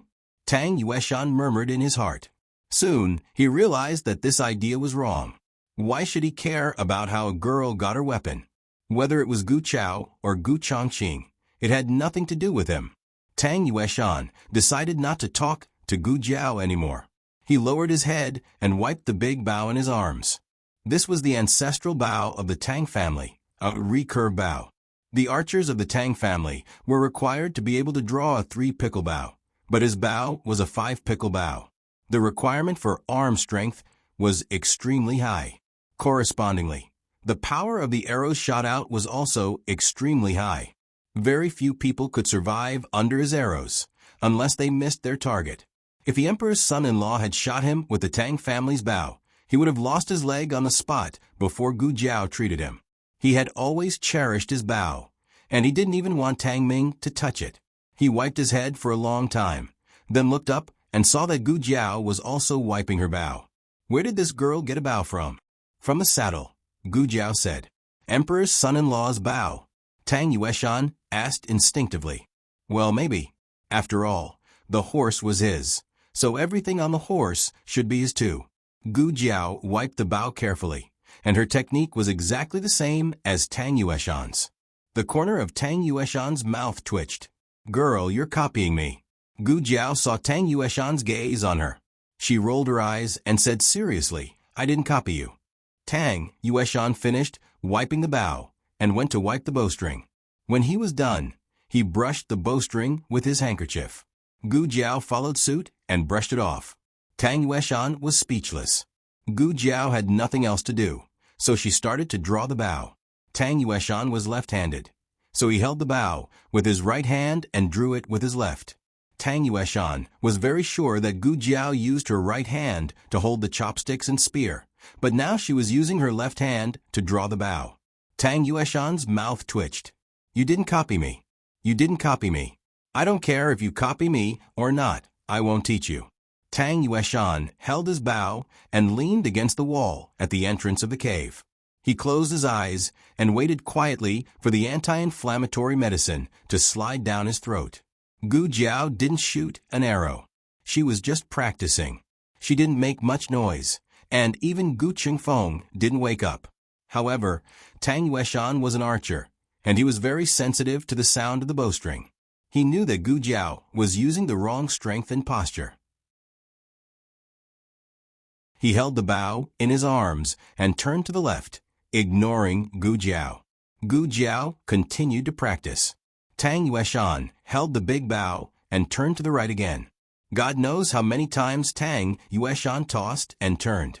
The sound of Gu Jiao pulling the wrong bow was driving Tang Yueshan crazy. It was like a teacher was teaching. It's the father's fault if you don't teach. But there was still a stupid student who kept repeating, it's the father's fault if you don't teach. The teacher couldn't stand it. Tang Yueshan couldn't stand it either. Tang Yueshan sat up straight and angrily opened his eyes to look at Gu Jiao. That's not how you pull the bow. He regretted it as soon as he said it. What if the girl asked him, oh, how should he pull the bow? Should he tell her or not? Not tell her. He would never tell her. The girl got Tang Ming online and poisoned him. If he taught her, he would be a donkey. That's how I want to pull the bow. Gu Jiao raised her eyebrows and said. Tang Yueshan was speechless. Gu Jiao kept pulling the bow. Tang Yueshan broke down as long as Gu Jiao pulled the bow. Finally, Tang Yueshan couldn't break down anymore. If he endured it any longer, he would go bald. He stood up and walked toward Gu Jiao. He held the bow in his hand and demonstrated to her. That's how you pull the bow. Hold it here. Don't pull the bowstring too far away. Stick close to your face. Don't pull it too tight. Like this. For the first time in his life, the marshal of the world's armed forces was a donkey. When he realized it, it was too late. Or rather, compared to enduring Gu Jiao pulling the wrong bow over and over again, being a donkey didn't seem so unacceptable. Gu Jiao learned quickly. Tang Yueshan only gave her a few pointers, and she basically grasped the essentials. Tang Yueshan looked at the quiver on the saddle and said, try an arrow. Gu Jiao went to get an arrow, put on the bow, pulled the bowstring, aimed at the tree outside the cave, and shot. The arrow hit the left side of the tree, but it was still some distance away from a center. Tang Yueshan was amazed that she could achieve this on her first night of learning. When Tang Ming first started learning archery, it took him a month to learn the posture of pulling the bow. Of course, it was because Tang Ming was too young, and his strength and comprehension were not as good as adults. However, Tang Yueshan still felt a sense of accomplishment for teaching this girl to such an extent in one night. Tang Yueshan cleared his throat and said, not bad. At least you hit the target. It was all because he taught her well. Even a pig could teach the best archer in the world. Gu Jiao blinked and pointed with her right hand. She said, I was aiming at the tree next to it. Tang Yueshan was speechless. In Lingguan City, the man with the silver fox returned to the governor's office with his last few subordinates. Sir, the soldiers on duty saluted him. The man with the silver fox was expressionless as he hurried into the mansion. He didn't go anywhere and went straight to his courtyard. All of you are dismissed, he ordered the servants in the house. Yes, sir. The servants retreated. Come out, the man with the silver fox said. A man in black jumped down from the beam and saluted the man with the silver fox. Master. The man with the silver fox clutched his waist. His expression changed and he fell onto the chair. The man in black was agitated. Master. The man with the silver fox raised his hand and motioned him to calm down. I'm fine. I'm just a little injured. That brat's red tasseled spear didn't just cut his belt, it also scratched his waist. He didn't say anything because they were facing a great enemy. His every move would affect the morale of the soldiers. Who hurt Master? His master was highly skilled in martial arts. The man in black couldn't think of anyone who could hurt him. The man with the silver fox said thoughtfully, It's the assassin from that night. The man in black frowned. The two young men who saved the old Marquis Dingen? The younger one. The man with the silver fox recalled. This brat is very strange. He has the black gunpowder from the Yen Kingdom and the weapons from the Yen Kingdom. The man in black asked, Don't tell me. The Zhao Kingdom found the Yen Kingdom to back them up? The man with the silver fox squinted his eyes. If the Yen Kingdom really backed them up, they would have sent troops to suppress us. Do you think the millions of soldiers in the Yen Kingdom are a joke? Digression. Sigh, I don't know what title to use. It's too late. I'll go to bed first. I'll come up with it tomorrow. The latest chapter of this book is not finished yet. For more exciting content, please scan the QR code below to download the app. Novels are updated faster. Millions of novels are free to read. Novels with content that can't be found on the internet are all available here. https://www.zhbqg.com/89642_8964286/109557800. HTML Genius memorized this website's address in a second. www.zhbqg.com Bikuj mobile reading website. zhbqg.com.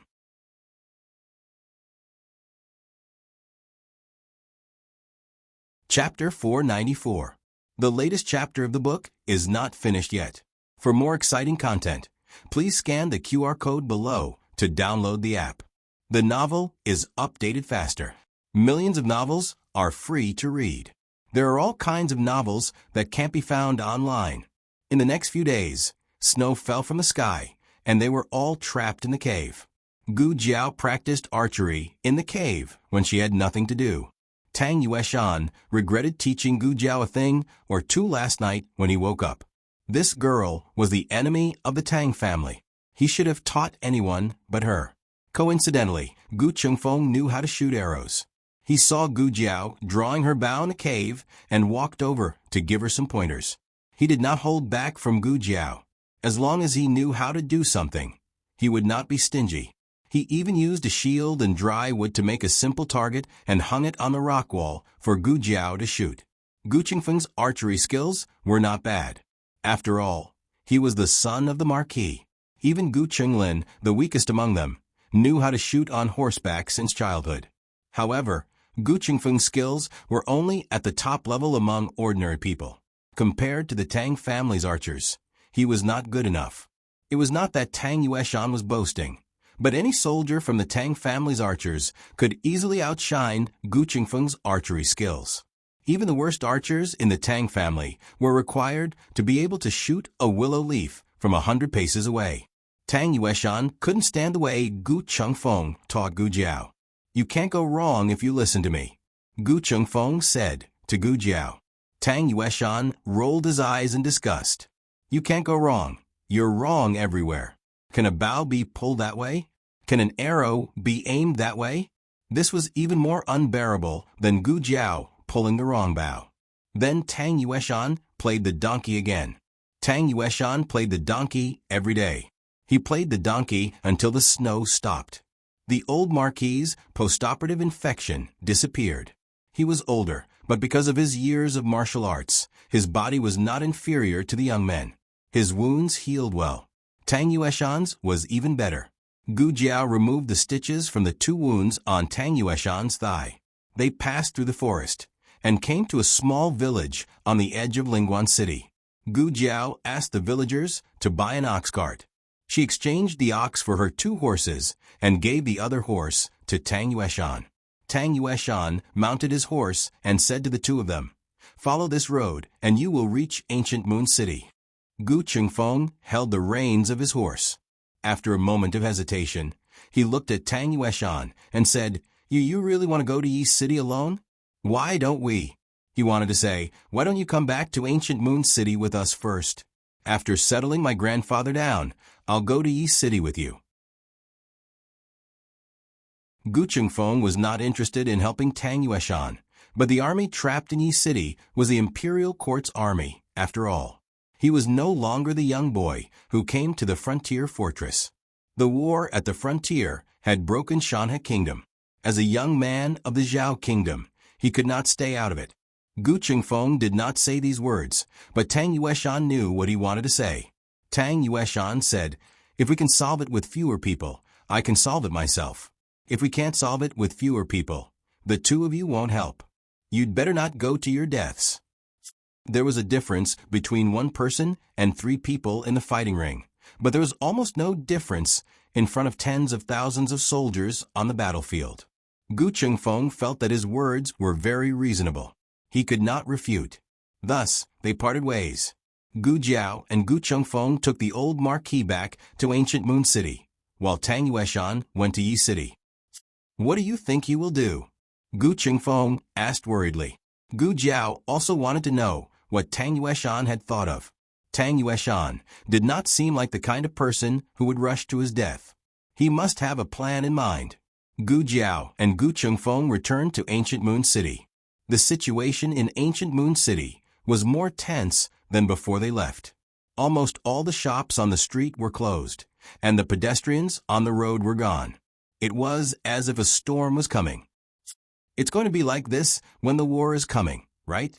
Gu Chengfeng said with mixed feelings. Gu Jiao nodded in a low voice. The battles of 3 cities started first, and the citizens of ancient Moon City were almost fully prepared. However, even so, it did not change the fact that it eventually became a purgatory on Earth.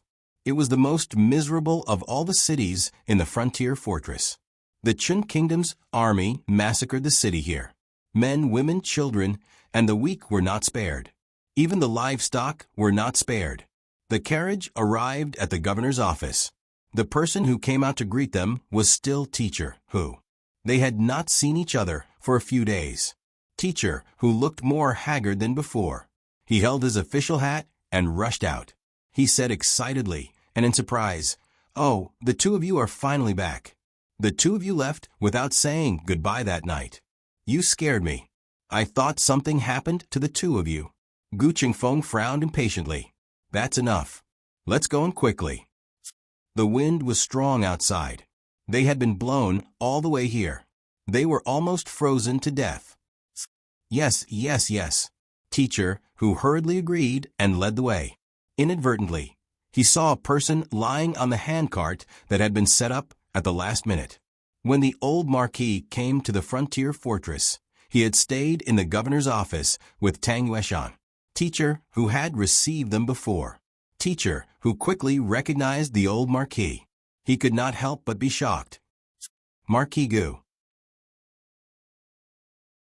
you went to Yi City to save someone?" Everyone thought that the old marquis was imprisoned in Yi City. Gu Jiao and Gu Chengfeng had disappeared after staying for a night. Teacher Hu and the governor had suspected their identities. They guessed that the 2 of them were not sent by the imperial court, but 2 impostors who had come to the governor's office to gather information. Now that they had brought the old marquis back, their previous suspicions were overturned. Gu Jiao and Gu Chengfeng did not say that they had saved someone in Lingguan City. However, from Teacher Hu's reaction, it was clear that the governor's office had not colluded with the Chun army and the remnants of the previous dynasty. The governor's office was still considered safe. "Let's go in," Gu Chengfeng said to Teacher Hu in a low voice. "Ah, yes, yes, yes. Let's go in now. The courtyard from last time is still reserved for the 2 of you." Teacher Hu wiped off his cold sweat and led them into the governor's office. It was impossible for the courtyard to be reserved for the 2 of them. Teacher Hu kept shooting glances at the servants. The servants were quick-witted and quickly chased the people in the courtyard out in front of the 2 of them. "It's been a few days since anyone stayed here. There's dust in the room. I'll have someone clean it up first. Please take a seat in the study," Teacher Hu said with a smile. Gu Jiao and Gu Chengfeng saw through it but did not say anything. They took out the stretcher and had the servants carry the old marquis into the study. The room was quickly tidied up. Gu Jiao still lived in the innermost room. Gu Chengfeng and the old marquis lived next door, which was the room that Gu Chengfeng had lived in before. This time, the governor of Yuegu City was in the manor. He personally came to visit the 2 of them and try to probe their identities. Unfortunately, the 2 of them did not say a word. The governor did not know much about the 2 of them, but seeing that the 2 of them had rescued the old marquis from the perilous Yi City, he knew that the 2 of them were not ordinary people. He did not dare to offend the 2 of them for the time being. The governor's surname was Chung. He was 39 years old this year. Perhaps it was because of the hardships in the frontier fortress, but he looked more mature than his actual age. Governor Chung cupped his hands at the two of them and said, "Forgive me for being blunt, but Uegu City is about to go to war. Do the two of you know when the imperial court's reinforcements will arrive?" Gu Chengfeng said calmly, "The imperial court's army is already on the way. They will arrive when they should. How many guards are there in Uegu City now?" 5,000, the governor said embarrassedly. "Only 5,000. Gu Chengfeng was shocked. "Why is it so little?" The governor said helplessly, "Uegu City is only a small city. There was no army stationed there." Half of the 5,000 people were recruited at the last minute. If they were recruited at the last minute, they would basically be sending their heads to the battlefield. Gu Chengfeng was silent. He did not expect Uegu City's situation to be so difficult. With so few people, if the remnants of the previous dynasty and the Qin Kingdom's army attacked Uegu City would suffer a crushing defeat. "You may leave. We will call you if there is anything," Gu Chengfeng said to Governor Chung. Governor Chung cupped his hands. "If the two of you need anything, please call me at any time." After Governor Chung left, Gu Chengfeng said to the servants guarding the door, "There is no need for you here. You may leave as well." "Yes." The servants all left the courtyard. Gu Chengfeng naturally poured a cup of hot tea for Gu Jiao and said, "Drink some water first." Gu Jiao picked up the teacup and took a sip. Gu Chengfeng also poured a cup for himself. After drinking half of it, he put down the cup and sighed. "I don't know when my brother's army will arrive. If they attack Uegu City now, I'm afraid these 5,000 people will not be able to defend it." In the dream, Uegu City was indeed lost. The Gu army only arrived after Uegu City was massacred. The tragedy of Uegu City could not be blamed on the Gu army. After receiving the order from the imperial court, Gu Chongqing had rushed back to the capital as quickly as possible.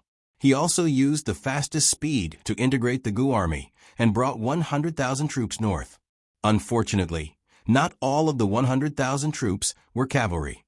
With the current conditions of the Zhao Kingdom, the speed of the infantry could not exceed 50 kilometers a day. Otherwise, it might affect the combat strength of the infantry. Due to the influence of the climate of the frontier fortress, the closer they were to the north, the slower the speed of the march. There was even the possibility of snowfall blocking the mountains.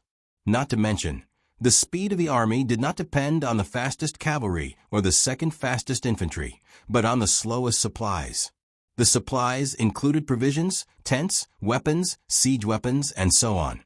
An army without supplies was like an unarmed soldier. They would not be able to fight. In this way, it was already a miracle that Gu Chongqing could arrive with the army in a few days. 5 days. Gu Jiao said. "What 5 days?" Gu Chengfeng asked. "Your brother," Gu Jiao said. If she remembered correctly, in 5 days, Gu Chongqing would arrive with the Gu army. But in 2 days, the Qin Kingdom's army would come to massacre the city. Digression. Today is also Fang Fangzai, who wants monthly votes. The latest chapter of this book is not finished. For more exciting content, please scan the QR code below to download the app. Novels are updated faster. Millions of novels are free to read. Novels with connotations that cannot be found online are all available here. https://www.zhpqg.com/8964/_89642826/109537115. HTML Genius remembers this site's address in a second. www.zhhbqg.com Bikuj mobile reading website. zhhbqg.com.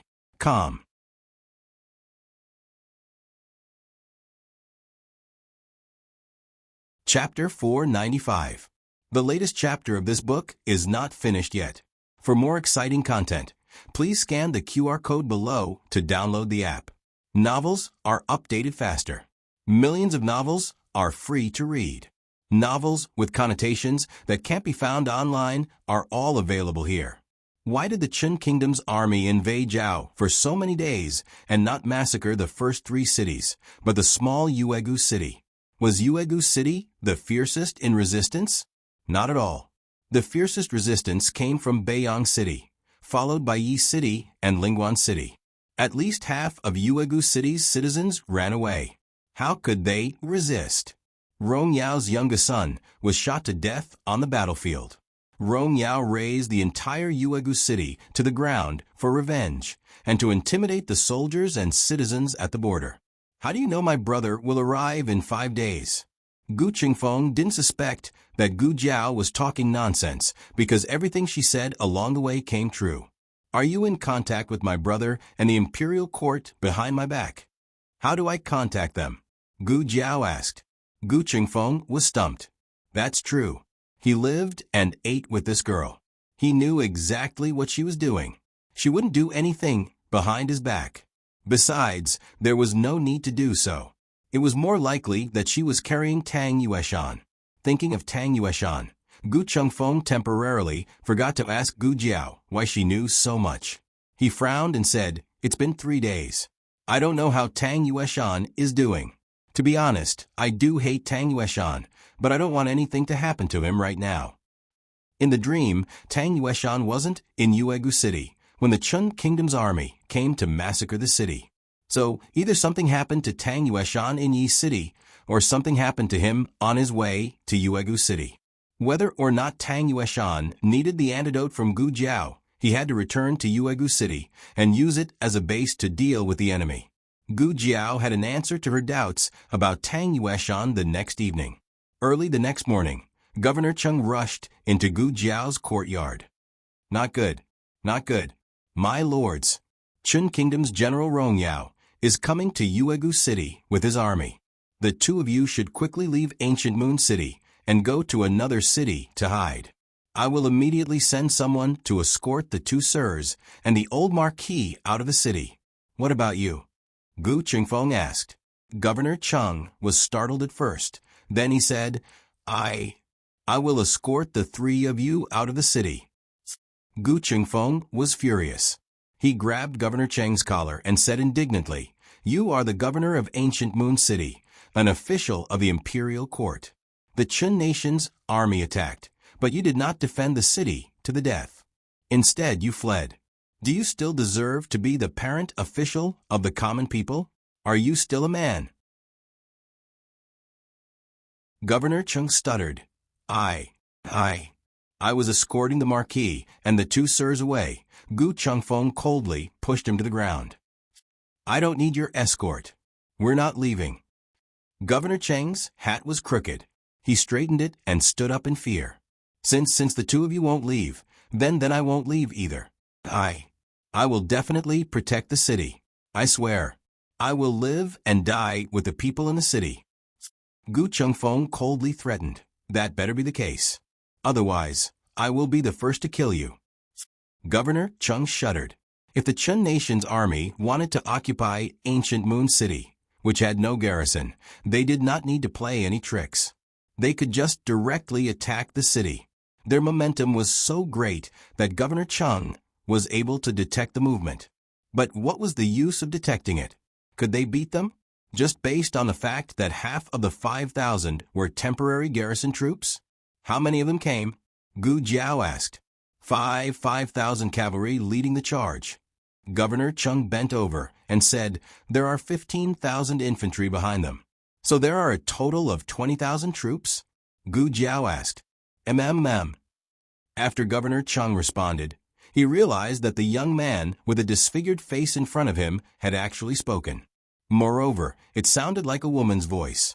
With Ancient Moon City's current military strength, 20,000 soldiers from the state of Chun could directly kneel. Report. While they were talking, a guard's anxious voice came from outside the door. "Let him in," Gu Qingfeng said harshly. Governor Cheng hurriedly had a servant bring the guard in. The guard was a scout from Ancient Moon City. He was the one who found out that the Chun nation's army was approaching Ancient Moon City. Governor Chung ordered him to continue watching the Chun nation's army. It was obvious that he had obtained new information. Reporting to Lord Chung, the Chun state's army and the imperial court's army have started fighting. Governor Chung was pleasantly surprised. GG Imperial Court's army? The imperial court's reinforcements have arrived. The guard quickly replied, "No, it seems to be the imperial court's army from before." Gu Jiao and Gu Qingfeng immediately understood. Tang Yueshan had returned with his army. Gu Qingfeng opened his mouth in shock. He didn't expect that Tang guy to have the ability to save his army from East City. He had heard of an army saving one person, but it was rare for one person to save an entire army. "This Tang guy is quite impressive," he murmured. Gu Jiao asked, "Where are they fighting?" The guard said, "Ancient Moon Slope, 20 miles away." Gu Jiao asked again, "How many soldiers do they have each?" Chun State's cavalry is 5,000. The imperial court's infantry is 2,000. And the archers are 500. The guard paused, scratched his head, and explained, "This is the approximate number. The casualties are not included." When two armies fought, there would be casualties every second. Gu Jiao glanced at him and asked, "What's your name?" The guard said, "I'm called Hu Dongqiang. My name is Hu Dongqiang. They call me Little Six." Gu Jiao said, "From now on, you'll be called Little Hu." Hu Dongqiang was stunned. Gu Jiao turned around and picked up the spear on the shelf. She thought of something and asked, "Do you have a brother called Hu Shiqiang?" Hu Dongqiang was stunned again. How did you know?" Gu Jiao was speechless. "Your parents named you so casually." Gu Jiao threw the small basket to Hu Dongqiang. "Carry it. From now on, you'll follow me." Gu Qingfeng grabbed Gu Jiao's arm. "I'll go." They couldn't both go. One of them had to stay here to guard. Gu Jiao threw the token of Rinshou Palace to him. "You guard the city. Anyone who disobeys will be executed immediately." On the snowy ancient moon slope, the two armies were fighting. Tang Yueshan's army was outnumbered. Besides, archers were better at fighting from a distance. They couldn't use their advantages in close combat. Tang Yueshan didn't choose to fight the Chun State's army head-on. After a few feints, he began to retreat. However, he couldn't outrun a horse. No matter how hard his army retreated, the Chun State's cavalry gradually caught up with them. They were blocked in a canyon. There was only one way out of a canyon. 10 miles ahead of them was the Chun State's 15,000 infantrymen. Behind them were the 5,000 cavalrymen. Unless they could choose to fight their way out of the canyon, they would be trapped in the canyon. Tang Yueshan rode on the horse and looked around.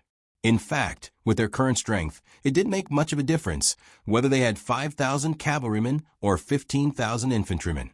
They could only struggle for a short time or a longer time, but they would all be wiped out in the end. His army hadn't eaten anything for 3 days. It wasn't just the difference in numbers. It was also the difference in physical strength and combat ability. An archer said, "General, we'll open a path for you. You fight your way out." They couldn't escape, but if they tried their best to escort Tang Yueshan, it wouldn't be difficult for them to fight their way out. "General, you fight your way out. When the imperial court's reinforcements arrive, remember to avenge our brothers." "Yes, General. We'll escort you out." No one raised an objection. Tang Yueshan had risked his life to save them from East City. They would certainly risk their lives to escort him out of the enemy's hands. Do I look like someone who would drag out an ignoble existence like that? Even if I die today, before he could finish his words, the Chun State's cavalry shot an arrow in their direction. The archer who suggested Tang Yueshan to leave first was shot hard. Tang Yueshan turned around abruptly and glared at the approaching Chun State's cavalry. "Archers, get ready." The 500 archers got into formation and drew their bows. The cavalry was too fast. There wasn't much time left for them to attack. Tang Yueshan waved his arm. "Shoot." After the first round of arrows was released, the archers crouched down to prepare. The archers behind them stood up seamlessly and shot the second round of arrows. The Tang family's archers were good at shooting. None of their arrows missed their targets. However, they didn't have enough arrows. Before the Chun state's cavalry stepped out of the optimal shooting range, the Tang family's archers had shot all their arrows. 108 arrows, 108 hits. They tried their best. They deserved the title of Tang family's archers. They didn't embarrass Marshal Tang. The archers were ready to die. They pulled out the daggers at their waists. It was time to drag the Chun state's soldiers to hell with them. Kill one, Tai. Kill two, Prophet. However, just as everyone was waiting to die together with the Chun state's cavalry, a loud noise came from above. Everyone looked up and saw a huge rock rolling down from the mountain on one side of the valley. The rock rumbled and smashed into the Chun state's cavalry with some kind of explosive sound. With a series of thunderous noises, the Chun state's cavalry around them were blown away. Tang Yueshan also looked up. He saw a young man in green holding a red tasseled spear on the top of the mountain under the sky. He stepped on the rock with one foot domineeringly and looked down at the Chun state's cavalry, who were blown into chaos.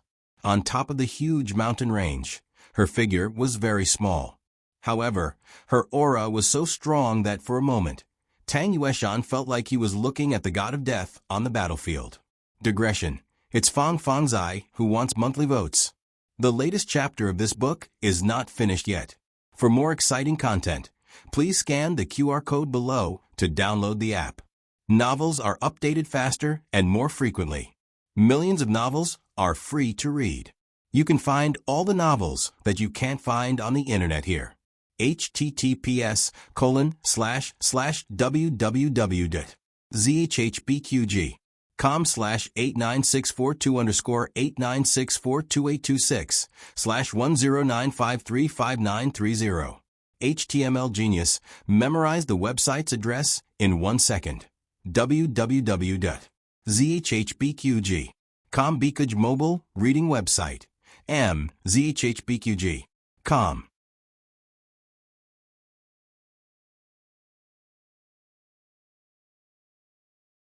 Chapter 496.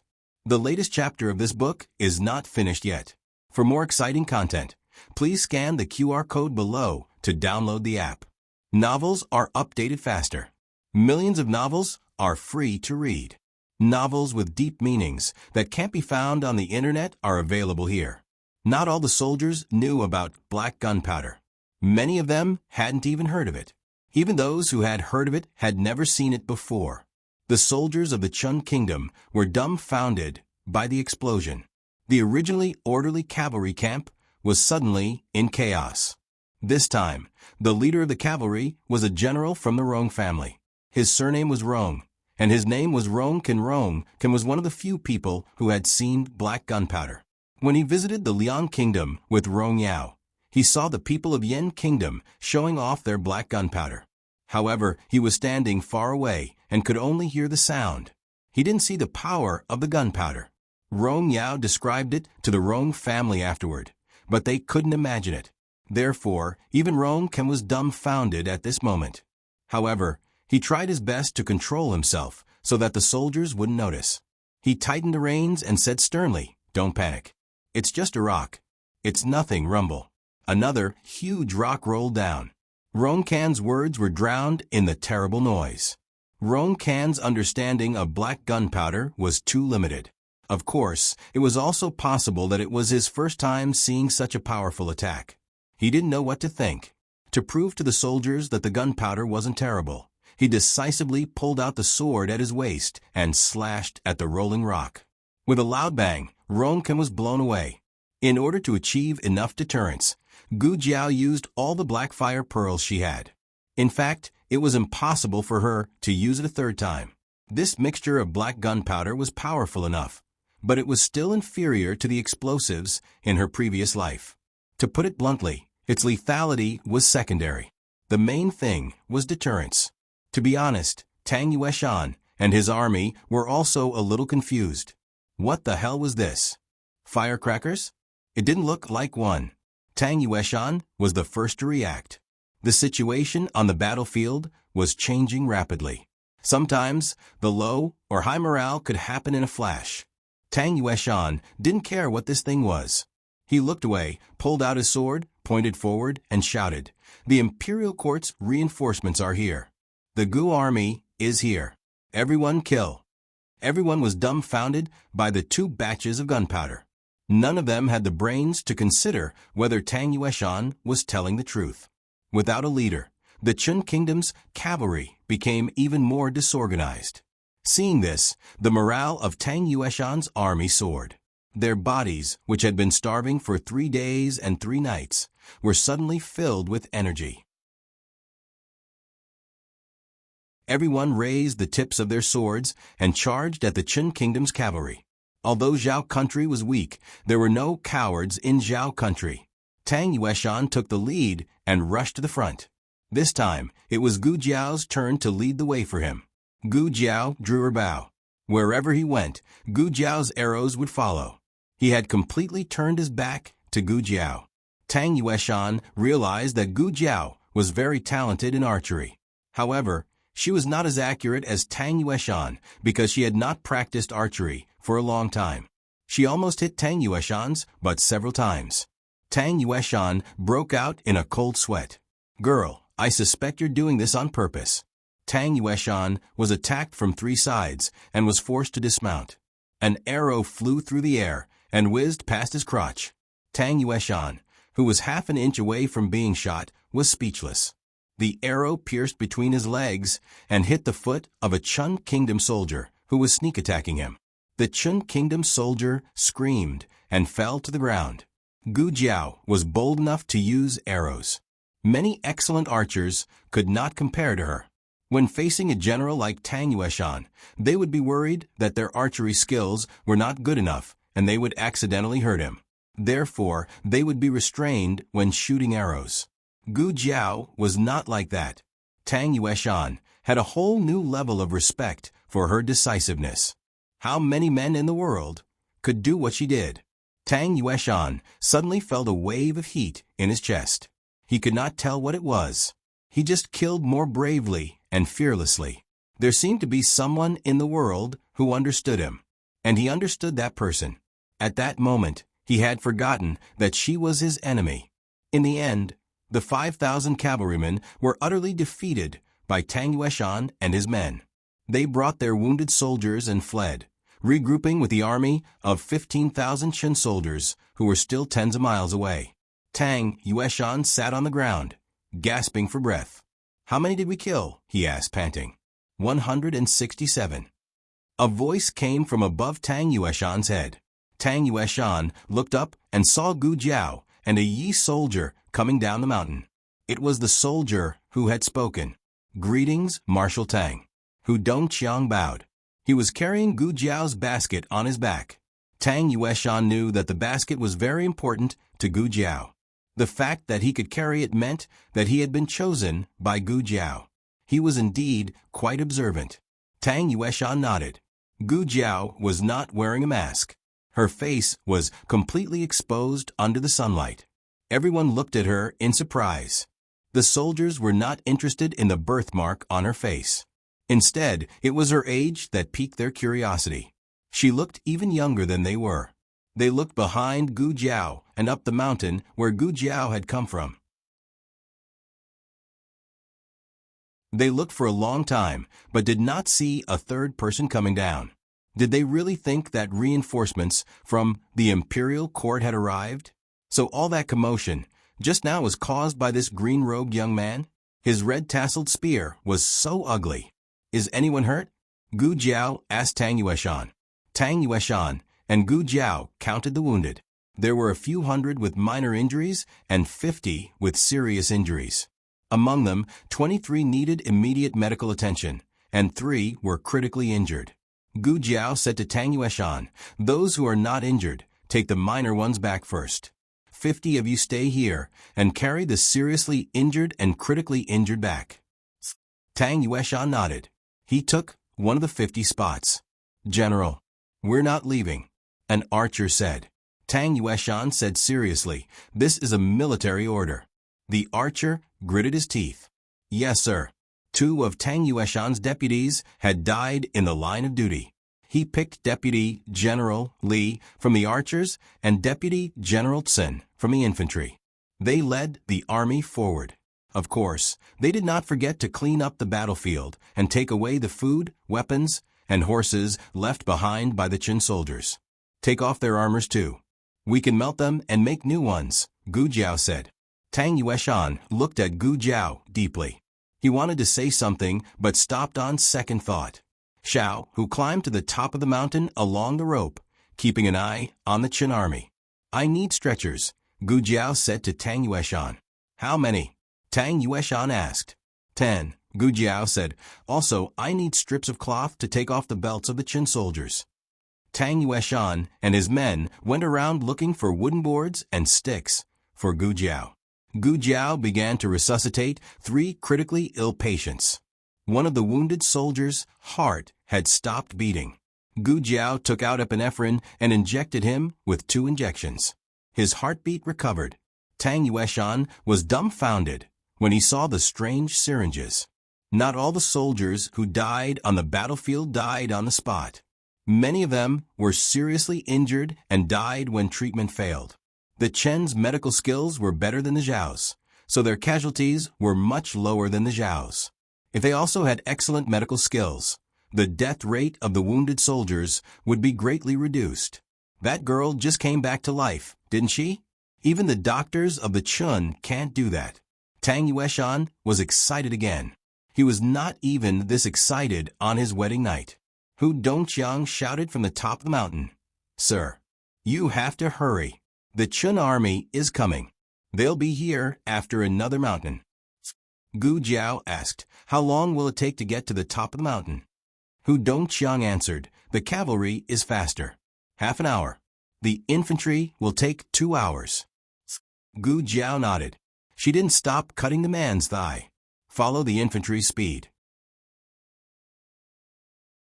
The cavalry was scared for a while and didn't have the courage to take the lead. The third pair of pliers on the right, Gu Jiao said. She couldn't free her hands. Tang Yueshan was stunned for a moment before he realized she was talking to him. He skillfully found the third pair of pliers, which looked like scissors to him. Clamp here. Gu Jiao signaled Tang Yueshan with her eyes. Are you going to cut his veins? Tang Yueshan frowned. These are hemostatic forceps. Gu Jiao said, hurry up. Tang Yueshan suspiciously used the scissors and found that the veins were not cut. The bleeding had stopped. Tang Yueshan wasn't scared of blood or wounds. He watched the whole process and felt more and more that this girl was not simple. Gu Jiao stopped the bleeding of the last critically ill patient. She took off her gloves and said, okay, get on the stretchers. These 3 go first. Tang Yueshan ordered 10 soldiers to take turns carrying the 3 stretchers. Of the remaining 23 seriously injured patients, only 7 needed to be carried on stretchers. The rest could ride on horseback. Gu Jiao raced against time to treat the wounds of the wounded soldiers. There was not enough time, so she could only do simple treatment. Even so, time passed. Hu Dongqiang said, Sir, they're coming down the mountain. They're less than 6 miles away. We have to hurry. These 2 soldiers can get on the stretchers. This soldier, get on the stretcher. Get on the stretcher. The wounded soldiers left one after another, and the Qin Kingdom's army approached step by step. There were only 2 wounded soldiers left. When Gu Jiao was about to treat one of them, the man suddenly grabbed Gu Jiao's hand. He heard Hu Dongqiang call her sir, so he followed suit. Sir, you and Marshal Tang go first. Shut up. Gu Jiao took his hand away. Tang Yueshan didn't urge Gu Jiao. He just silently held the bow in his hand and filled the quiver with arrows on his back. Archers, get ready, Tang Yueshan said in a low voice. The archers got into position and drew their bows. They used their bodies as shields, protecting Gu Jiao and the wounded soldiers behind them. Xiao, Hu, come down. Gu Jiao finished treating the last wounded soldier. Hu Dongqiang quickly slid down the rope. Everyone got on their horses and galloped out of the valley before the Qin army caught up. Digression. I just finished writing about old Tang's tetanus, and now it's my turn. After hiding in the treatment room for a while, I was mercilessly held down by the nurse. Alas, I feel old Tang's pain. The latest chapter of this book is not finished yet. For more exciting content, please scan the QR code below to download the app. Novels are updated faster. Millions of novels are free to read. Novels with content that can't be found on the internet are all available here. https://www.zhbqg.com/89642_8964286/109514989. HTML Genius memorized this website's address. www.zhbqg.com Biku mobile reading website. zhbqg.com.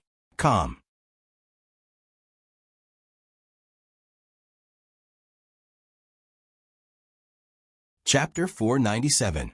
The latest chapter of this book is not finished yet. For more exciting content, please scan the QR code below to download the app. Novels are updated faster. Millions of novels are free to read. Novels with a deeper meaning that can't be found online are all available here. The news that the Chun army was about to invade Uegu City had already spread. Everyone closed their doors and windows. Gu Chungfeng stood on the city gate tower, pacing back and forth anxiously. Finally, he saw a large group of soldiers swarming toward Uegu City. However, Tang Yueshan and Gu Jiao were not among them. "There are still people behind," a soldier said. Gu Chungfeng told them to hurry into the city. Wave after wave of injured soldiers came, but Gu Jiao was nowhere to be seen. Gu Chungfeng's brows gradually formed a layer of frost. After spending so much time with Gu Jiao, how could he not guess what Gu Jiao was doing? According to convention, if there were really injured soldiers, they would be brought back to the city for treatment. However, if they died halfway or were permanently disabled, there was nothing they could do. However, Gu Jiao would not do that. "You little girl." Gu Chungfeng clenched his fists. Gu Chungfeng clenched his fists. He regretted asking her to pick up Tang Yueshan. If only he had let her stay here. No, if she stayed here, there would be many more casualties. Just as Gu Chungfeng was feeling extremely anxious, a soldier beside him suddenly said, "Sir, look." Gu Chungfeng looked up. Gu Jiao was back. She was riding the fastest horse, carrying the longest and heaviest spear, rushing all the way here. Tang Yueshan and his soldiers also rushed back with her. Not far behind them, the state of Chen's cavalry was madly chasing after them. The Chun army had already realized that they had been fooled.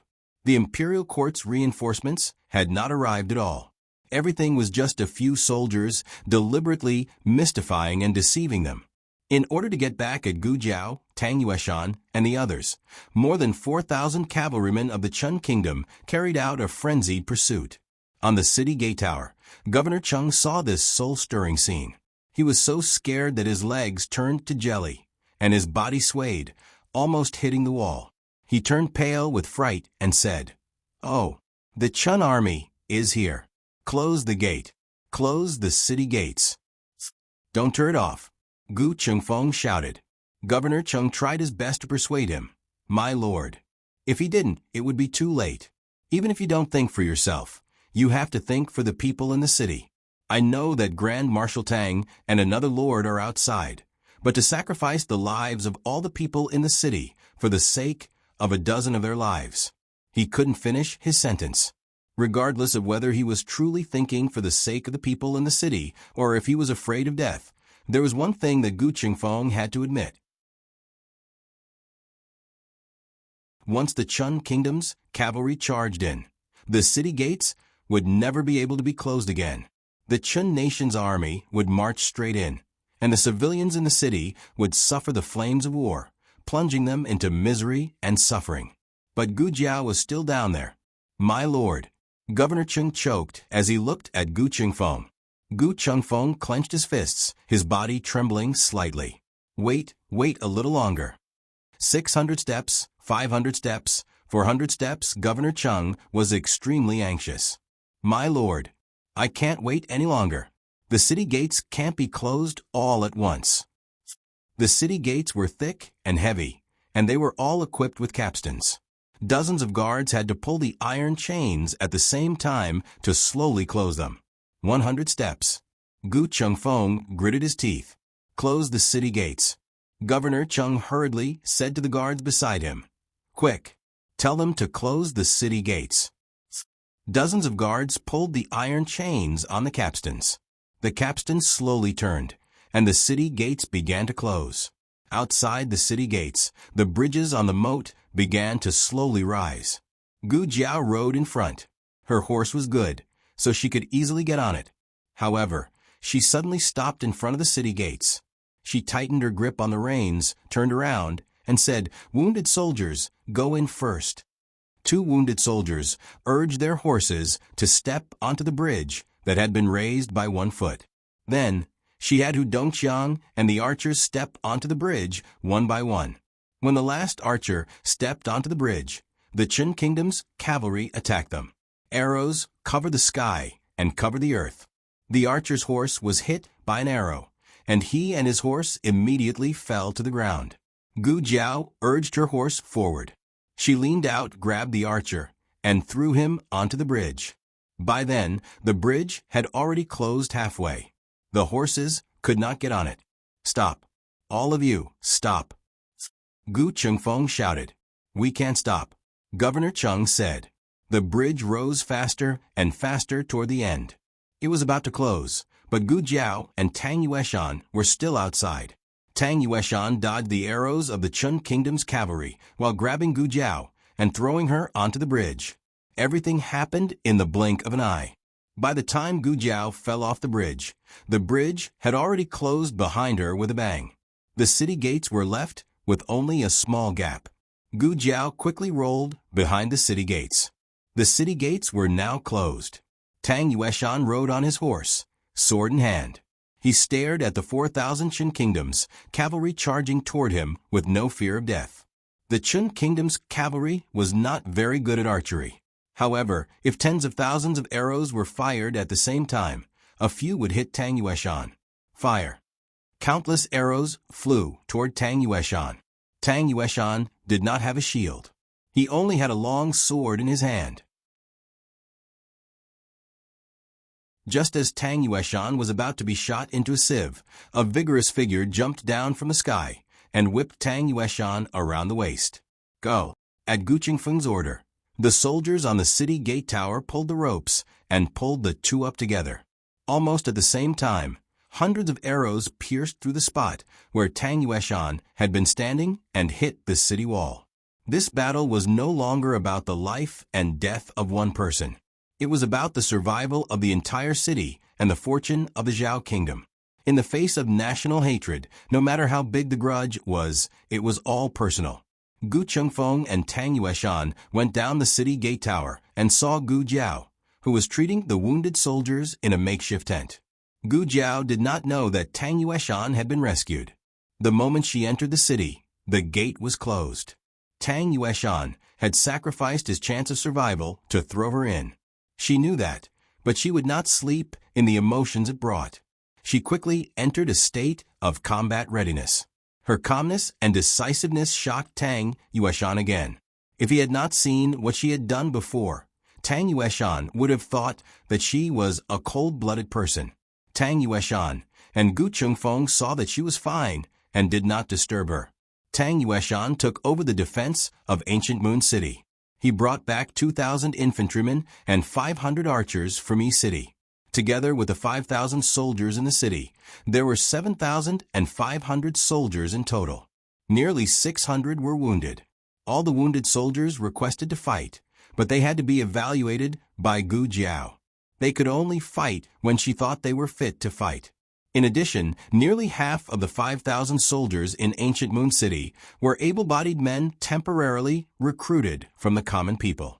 These people would not rush to the front line to die. Tang Yueshan picked out those who were trained in martial arts to join the rear camp. Those who were not trained in martial arts stayed on the gate tower and were mainly responsible for supporting the weapons, such as throwing stones. In addition, there were not enough weapons and armor. Tang Yueshan ordered his subordinates to gather the blacksmiths in the city and have them forge overnight. Wait, General Tang, do you have any other orders?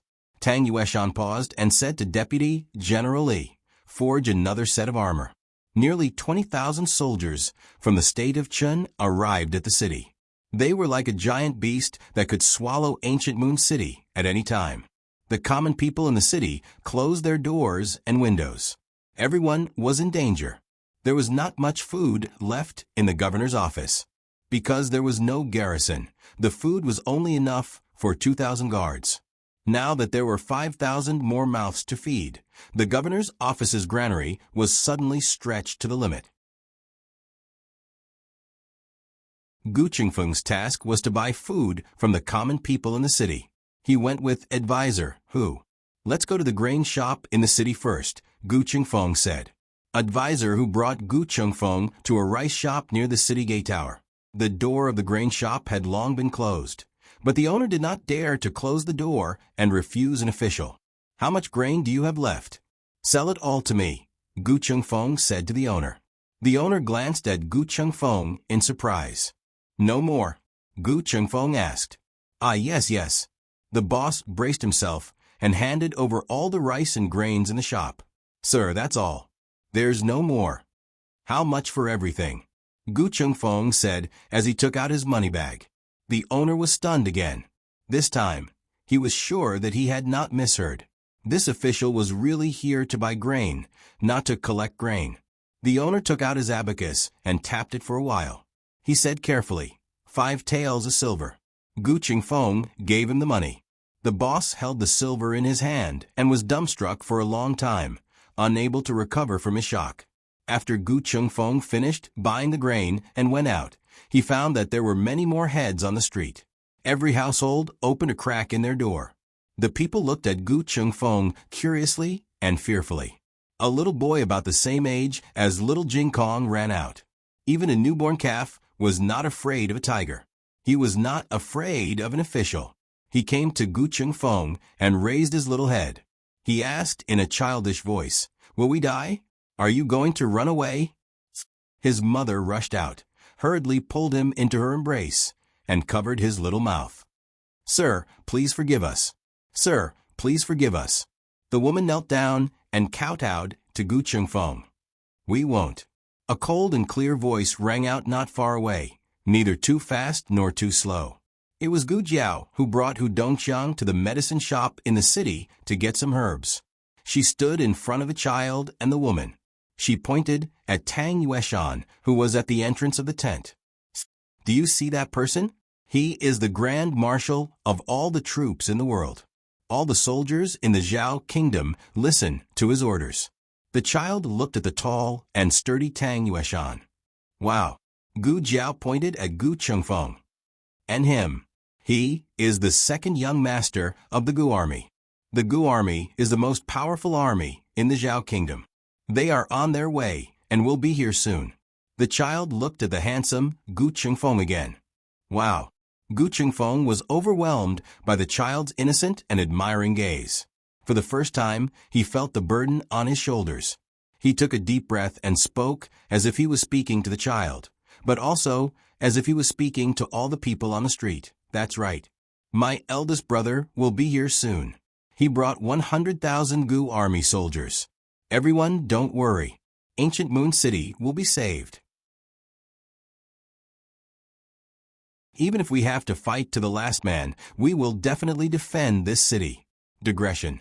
Seeing that everyone was asking why he needed a tetanus shot, well, it was actually because he installed the squat machine at home and accidentally overturned it. When he opened the packaging, he used a newly bought knife to cut his finger, creating a thin, deep, and long wound. The amount of blood was a bit large. Tetanus bacillus was an anaerobic bacterium. Generally, for this kind of deep and sealed wound, the doctor would recommend an injection to be on the safe side. The kind of open wound was not conducive to the growth of tetanus bacillus. Today it was the injured Fang's eye. The latest chapter of this book is not finished yet. For more exciting content, please scan the QR code below to download the app. Novels are updated faster. Millions of novels are free to read. Novels with connotations that can't be found online are all available here. https://www.zhbqg.com/89642_8964286/10951347. HTML Genius remembered the website address in 1 second. www.zhbqg.com Bikuga mobile reading website. zhbqg.com.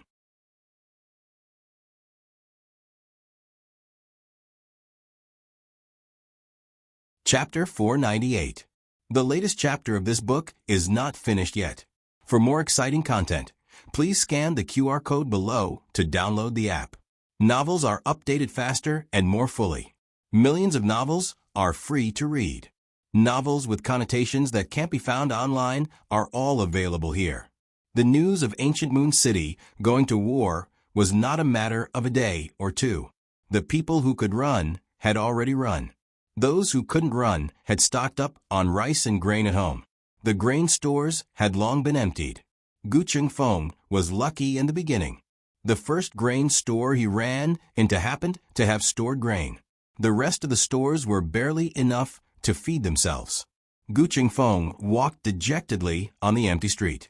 As the son of the first wife of the Marquis, when had he ever worried about basic necessities? His delicacies cost more than 5 taels of silver for a meal, but this was the rations of hundreds of soldiers for a day. Advisor, who? Is there really no other place to buy rice? Gu Chengfeng asked dejectedly. Advisor, who took in Gu Chengfeng's expression. He sighed deeply. We've been to all the stores that have grain. This is all we have. If not, they would have to go door to door to collect grain. Advisor, who didn't say anything about this. He could tell that these 2 young officials were different from the imperial envoys. They wouldn't forcibly collect things from the people. How long can our grain last? Gu Chengfeng asked. This. Advisor, who calculated silently in his heart. If we reduce it by 1 meal a day, it can last for 2 days. Gu Chengfeng muttered, but my eldest brother won't be here for another 4 days. Moreover, they couldn't reduce it. They were soldiers who protected their country. How could they be allowed to fight on an empty stomach? Not to mention that the Chun army wouldn't attack the city in the next few days. They were already at the city gates. If they didn't seize the opportunity to take ancient Moon City, were they going to wait for his eldest brother to come and wipe them all out? As the 2 spoke, they returned to the camp near the city gate tower with the grain pulled by the mule cart. Gu Chengfeng walked with his head down and didn't look forward. Advisor, who did the same. All of a sudden, one of the accompanying soldiers shouted, Sir. Advisor. Look. Gu Chengfeng and Advisor, who looked in the direction of the soldier's finger. It was the kitchen near the camp. Strange bundles were placed on the ground in front of the kitchen door. Some of the bundles were tightly wrapped, so they couldn't see what was inside. Some of the bundles were loose, and they could vaguely see rice or steamed buns. There were even corn cobs, vegetables, sorghum bread, pancakes, bacon, eggs, and so on, which were placed in sieves and dustpans. Just as Gu Chengfeng was wondering what was going on, he saw a few commoners carrying a few small bags of flour and corn flour over.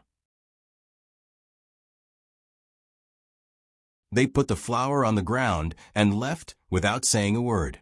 The child who was talking to Gu Chengfeng just now also came over. He and his mother were together. His mother put down a few freshly baked sweet potatoes. He seemed to want to put something in as well, but he couldn't find anything even after rummaging through his small pocket. In the end, he thought for a moment and took out the half-eaten sesame candy from his mouth. He sucked his saliva and reluctantly put it on one of the sweet potatoes. That was something he could only eat during the New Year. But because there was going to be a war and he didn't know if he could survive, his parents gave it to him in advance. That was the best thing he could give them. Gu Chengfeng's eyes suddenly felt hot.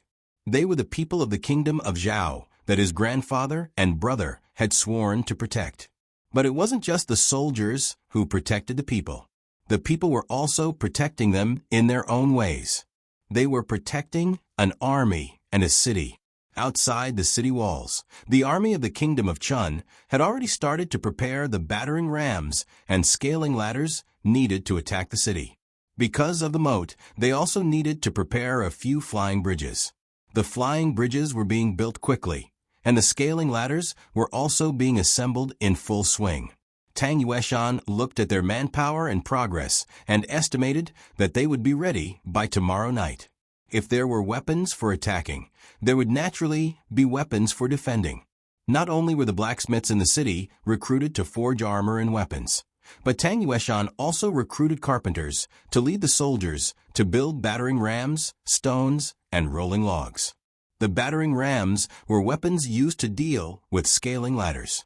A battering ram was attached to the frame of the battering ram, which could destroy or knock down the scaling ladders when they approached.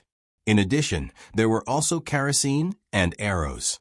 The carpenters in the city didn't need to make the arrows. The archers of the Tang family could make them themselves. It was one of their basic skills. The archers of other countries didn't need to know how to make arrows themselves. That was why the archers of the Tang family were famous in the 6 countries. Tang Yueshan began to quietly wait for dawn after he finished deploying the troops. It was a sleepless night for both the army of the kingdom of Chun and the soldiers of the kingdom of Zhao. By the time the first ray of light appeared on the horizon, the preparations that needed to be made were more or less complete. They only had 7,000 soldiers and less than 5,000 regular soldiers. The 20,000 soldiers of the kingdom of Chun were all regular soldiers. The disparity in strength between the two sides was too great. This was going to be a battle to the death. But as Gu Chengfeng said, they had to defend the city even if they had to fight to the last man. The price might be the lives of these 7,000 soldiers, including Tang Yueshan's own. Grand Marshal Tang. Dazzling sunlight seeped in through the gaps in the curtains. 2 of Tang Yueshan's newly appointed lieutenants entered the tent. Both of them had come to report on their orders. "Is everything done?" Tang Yueshan asked. Lieutenant Sun cupped his hands and said, "Sir, the battering rams, boulders, and rolling logs are all done. They've been moved to the tower." "Good." Tang Yueshan nodded and looked at Lieutenant Li. Lieutenant Li cupped his hands and said, "The weapons and armor are also completed. Let the soldiers rest," Tang Yueshan said. He paused and said, "Let's have a good meal and get ready for the battle tonight." Lieutenant Li and Lieutenant Li looked at each other with complicated expressions. They cupped their hands and said in unison, "Yes, sir." Lieutenant Sun left first. Lieutenant Li presented a new set of armor to Tang Yueshan. "This is the armor you asked for." Tang Yueshan's eyes fell on the new set of armor. He raised his hand and touched it gently. "Good." Gu Jiao was busy the entire night in the tent where the injured soldiers were treated. When the doctors in the city heard that there was a shortage of manpower here, they all spontaneously came over. Like Gu Jiao, their feet did not touch the ground and they did not sleep the entire night. By the time they finished treating the last batch of wounded soldiers, they were all exhausted. They did not even bother to go home to rest. They all fell asleep on the table. Gu Jiao sat on the ground with her red-tasseled spear in her arms. She leaned against the pillar supporting the tent and soon fell asleep as well. She was awakened by the heat.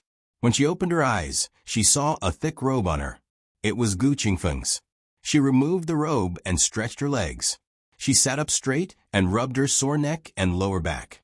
When she rubbed the back of her waist, her fingertips inadvertently touched something cold. She blinked strangely and turned her head to look, only to see that there was a set of armor beside her. She muttered, "Whose armor is this?" Hu Dongqiang walked into the tent with a bowl of boiled medicine. When he saw Gu Jiao, his eyes lit up. "My lord, you're awake. Just in time. I prepared the medicine you asked me to prepare. Should I wake the patient up and feed him?" "Yes, feed him," Gu Jiao said. "Okay." Hu Dongqiang went to wake up the soldier who needed the medicine. "Whose armor is this?" Gu Jiao asked him. "Yours, right?" Hu Dongqiang said. "Mine." Gu Jiao blinked. Hu Dongqiang guessed. Last night, the blacksmiths in the city repaired and forged armor for the soldiers. They might have made one for you, my lord. Gu Jiao nodded and stood up to try it on. It fit her well. She put on the helmet and went to the water tank to look at it. It looks good. Gu Jiao shook her head. Ancient Moon City's terrain was steep and steep. It was surrounded by mountains on 3 sides. In a situation where one didn't have to worry about strength, attacking the city from the front was the easiest. The Chun army of 20,000 naturally didn't fear the few thousand soldiers in Ancient Moon City. It was a one-sided battle. The highest-ranking general leading the army was Rong Yao's youngest son, Rong Fu. Governor Chung heard that Rong Yao was personally leading the army, but in reality, Rong Yao only sent the army out of East City. The real commander was his youngest son, Rong Fu. In the dream, Rong Yao rushed over to massacre the city after Rong Fu was shot to death. The one who shot Rong Fu wasn't an archer from the Tang family. It was just an ordinary guard. That guard was never accurate. When he shot Rong Fu, he was stunned. Rong Fu was even more stunned. Rong Fu was as famous as Gu Chongqing. They were both young and famous generals. The two of them were about the same age. This battle was of utmost importance to Rong Fu, and he was determined to win it. Gu Jiao wasn't sure if Rong Fu would still be shot to death. After all, many things had changed. Tang Yueshan's army entered the city. She and Gu Chengfeng also entered the city.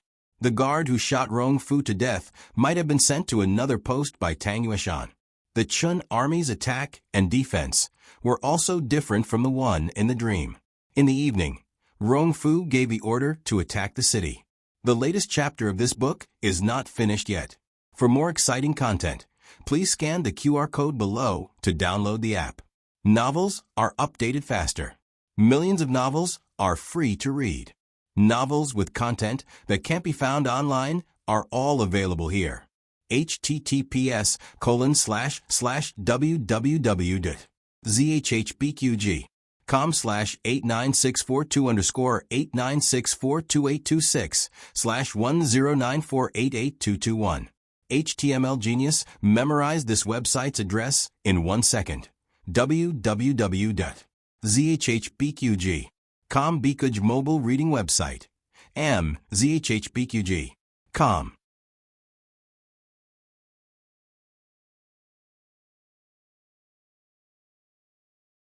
Chapter 499. The latest chapter of this book is not finished yet. For more exciting content, please scan the QR code below to download the app. Novels are updated faster. Millions of novels are free to read. Novels with content that can't be found online are available here. The vanguard of the Chun army quickly approached the moat with the flying bridges. Tang Yueshan stood on the tall city gate tower. Archers, get ready. The Tang family archers launched the first wave of counterattack against the Chun army. Their arrows clanged against the armor and shields of the vanguard soldiers.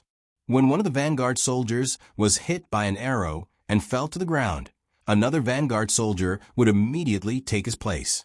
Their speed was extremely fast.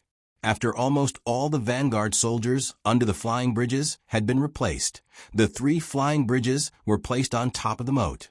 More than 100 Chun soldiers were killed or injured. However, these casualties gave the remaining 20,000 soldiers a chance to attack the city. Get on the ladders. Rong Fu ordered. Hundreds of Chun soldiers carried more than 20 ladders and rushed onto the bridges. The Tang family archers tried their best to stop the ladders, but there were too many of them.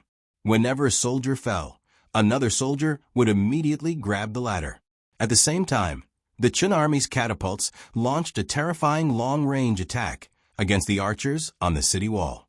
Stones covered in oil smashed onto the city wall.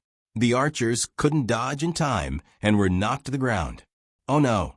The rolling logs are on fire. A soldier shouted. The rolling logs were used to deal with the Chun army's ladders. Now that they were on fire, how were they supposed to hold them? With the help of the catapults, the ladders were placed on the city wall one after another. Tang Yueshan ordered, "Ram." The rams stepped out of the formation. The rolling logs on the carriage smashed into the Chun army's ladders. Boom! A loud noise came from below the city gate tower. Deputy General Tsun, who was attacking the ladders, was shocked.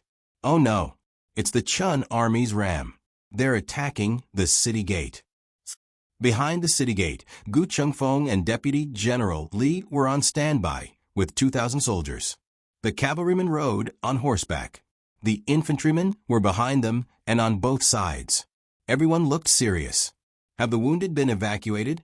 Gu Chengfeng asked. Yes, Deputy General Li said. Dr. Gu took them away. What about the people nearby? Gu Chengfeng asked. They've also been relocated. Deputy General Li continued.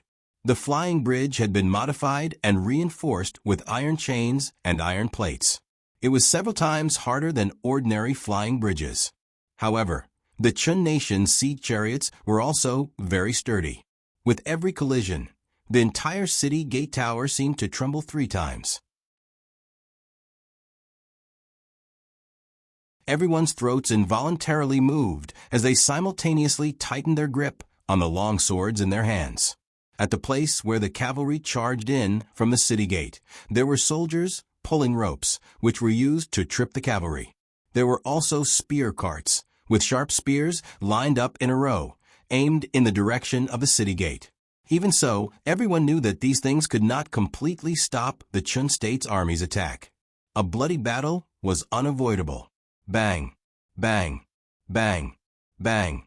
The gigantic battering ram caused the flying bridge to tremble, and the dust on the city walls began to rustle down.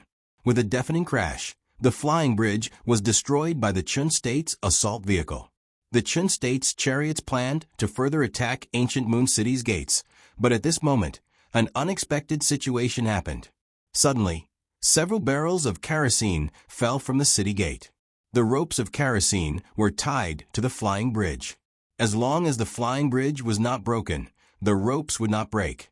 However, the flying bridge was broken. The kerosene splashed onto the Chun State soldiers and siege chariots.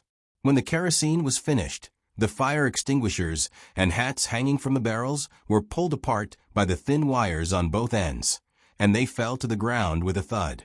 Not good. Run! A Chun State soldier shouted. Unfortunately, it was too late.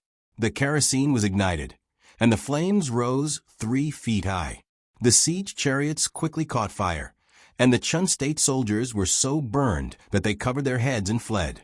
Inside the city gate, Gu Chengfeng, Deputy General Li, and the others heard the screams coming from the city gate and understood that the kerosene plan had worked. Deputy General Li looked at Gu Chengfeng excitedly. Lord Gu, you are truly a genius. It was not his genius, but Gu Jiao's. The modification of a flying bridge and the setting of the traps were all Gu Jiao's ideas. He only made them. In fact, he felt that if Gu Xiaoshan was here, he might have done better. The city gate was temporarily defended, and on the city tower, Tang Yueshan led his men to flip over all the ladders, blocking the first wave of attacks. After midnight, the Chun State army retreated. The Chun State army lost the first battle and lost 2,000 soldiers. The Zhao State army also suffered heavy losses, and a steady stream of injured soldiers were sent to the rear of the camp. Gu Jiao and the doctors in Yuegu City immediately busied themselves. Gu Jiao first examined the injured soldiers, and according to their injuries, they were sent to the corresponding tents by the soldiers. Although there were many injured soldiers, no one was flustered, and no one was at a loss. Everything was carried out in an orderly manner under Gu Jiao's arrangements. It was not that they did not panic. However, every time the doctors turned their heads, they could see Gu Jiao calmly doing what she was doing. The flames of war raged behind her, but she did not move in the face of danger. At that moment, their hearts seemed to have calmed down. The Chun State army did not launch an attack the next day. No one knew if they were afraid of being beaten or if they were seriously planning something. If it was the latter, the situation in Yuegu City would be extremely unfavorable. The Chun State's first defeat was mainly due to underestimating the enemy. They did not take the thousands of soldiers in Yuegu City seriously, thinking that they could break the city gate with their eyes closed. If they really started to fight with all their might, Uegu City would be in danger. General Tang, Deputy General Tsun walked into a tent under the city tower. Seeing that Gu Chengfeng was also there, he paused and greeted, "Dr. Gu." Tang Yueshan was doing a sand table simulation, trying to predict where the Chun State Army would attack from next.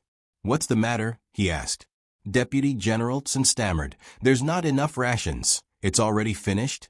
Gu Chengfeng asked in surprise. Deputy General Tsun nodded awkwardly. The governor's office had very little rations to begin with. Back when Lingguan City was fighting, they had borrowed some from it. Even though Gu Chengfeng had emptied the stores in the city yesterday and received some donations from the citizens, it was still not enough for 2 meals for the 7,000-strong army. Tonight, they would start to run out of food. "Give it to the wounded first," Gu Chengfeng said. Tang Yueshan's throat moved. He clenched his fists and made a difficult decision. "Give it to the soldiers who can fight." Gu Chengfeng was silent. His conscience told him that he should help the weak, but his reason reminded him that the weak could not fight. Only by feeding the healthy soldiers could they kill more enemies and defend the city. The lives of the wounded were also lives. But more important than their lives was the mission of protecting the country.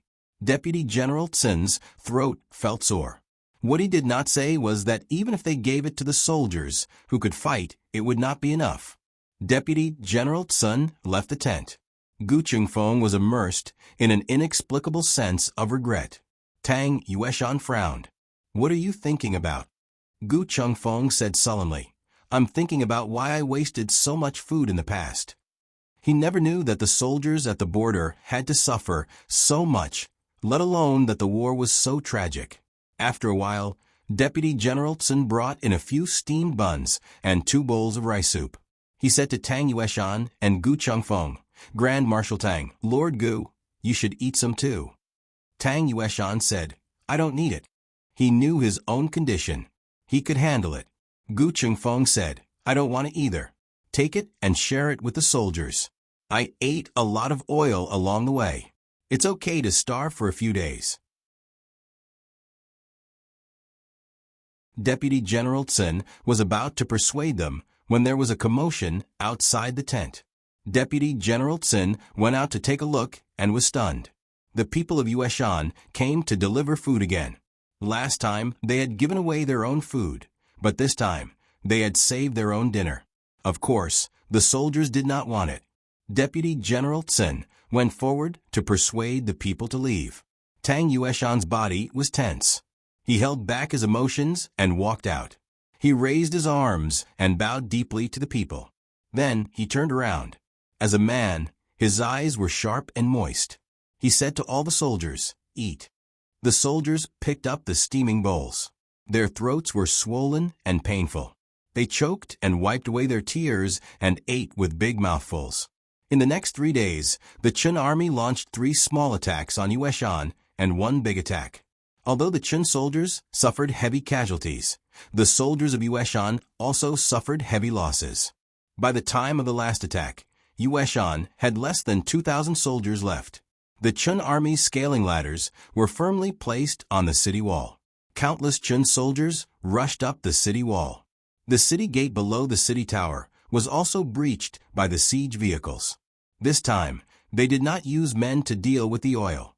Instead, they used strong bulls. The moment the city gate was breached, countless Chun cavalry poured into the city like a tide. Gu Chengfeng's eyes were bloodshot. On the city wall, Tang Yueshan's right arm was stabbed. He did not hesitate, as if he had forgotten the pain. He continued to kill in the sea of blood. On the city tower in the middle of the city wall, Rong Ken, the deputy general of Chun, injured 2 Zhao soldiers with 1 slash. He flew up to the roof, held a long sword with both hands, and cut the Zhao flag in half. He threw the Zhao flag into the sea of fire. The Chun soldiers' morale soared, and they shouted proudly. Rong Ken picked up the Chun flag and stuck it on the city tower of Yueshan. "Yueshan City is our." Before he could finish speaking, a red-tasseled spear sped over with a sharp sound as it pierced through the air. Killing was happening all around them. so much so that the red-tasseled spear's movements were covered. By the time Roan felt a chill run down his spine, there was no way he could stop it. The red-tasseled spear pierced through Roan's shoulder and knocked him onto the flagpole of the Qin flag. The flagpole could not withstand such a violent blow. It broke on the spot. Roan also rolled down from the roof of the city gate tower with a clatter. "General!" A Qin soldier screamed. He rushed toward Roan, but before he could get close, a white hand grabbed his collar and threw him out. Gu Jiao pulled out the red-tasseled spear on Roan's shoulder and kicked him off the city wall. Gu Jiao tapped her toes and stepped on the inner wall of the city wall. She used the force to jump up the city tower. She held the red-tasseled spear with one hand and raised the Zhao flag with the other. She firmly stuck it on the city tower. The fighting lasted for an entire night. On the city walls of Yueshan City, flames filled the sky. Under the vast sky, the city was burning. In a tent 100 miles away, a scout quickly came down from a mountain and reported to the man in the tent, "General Gu, the city ahead seems to be on fire." "On fire?" Gu Chongqing looked at the hourglass beside his feet. "At this time? Which city?" "Yueshan City," the scout said. Gu Chongqing had already memorized the map of the frontier fortress along the way. Of course, he understood the strategic importance of Yueshan City. If the Qin army and the remnants of the previous dynasty wanted to continue invading the territory of the Zhao kingdom, their next target would be Yueshan City. Gu Chongqing stood up. "Take me there." The scout brought Gu Chongqing to the highest point of the mountain. Looking down from above, he could only see a burning line of fire. This was because it was too far away. However, if it was calculated in reality, the entire city wall was on fire. "It's the flames of war." Gu Chongqing frowned. The flames flickered in his eyes. His body suddenly emitted a powerful aura. "Wake up the soldiers. Prepare to depart." It was about 100 miles from here to Yueshan City. It was not a straight distance, but a roundabout official road and winding mountain roads. Generally speaking, a regular army could travel 30 to 50 miles a day. A rapid army could travel 60 to 90 miles a day. A forced army could travel up to 150 miles. On the way here, the Gu army had been marching rapidly in order to preserve their fighting strength. A forced army would consume too much of their fighting strength. They could not do this unless they had no other choice. However, they had reached the point where they had no other choice. When Gu Chongqing walked down the foot of the mountain, all the tents and supplies had been packed up. The soldiers were all ready to go. There were no signs that they had just been woken up. This was the most well-trained and powerful army in the Zhao kingdom. Everyone was ready for battle almost instantly. Gu Chongqing mounted his horse. His cloak fluttered in the cold wind. He held the reins tightly and looked in the direction of Yueshan City. He shouted, "All soldiers listen to my order. Full speed ahead." The latest chapter of this book is not finished yet. For more exciting content, please scan the QR code below to download the app. Novels are updated faster. Millions of novels are free to read. Novels with content that cannot be found online are all available here. https://www.zhbqg.com/8964/_8964/2_109486738. HTML Genius memorized this site's address in 1 second. www.zhbqg.com Biku Go Mobile Reading Website. zhbqg.com.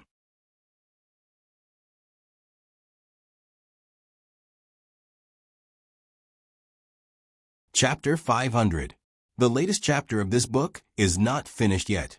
For more exciting content, please scan the QR code below to download the app. Novels are updated faster. Millions of novels are free to read. Novels with content that can't be found online are all available here.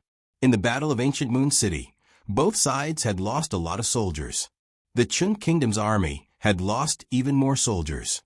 However, they had more people, so they could replenish their soldiers in time.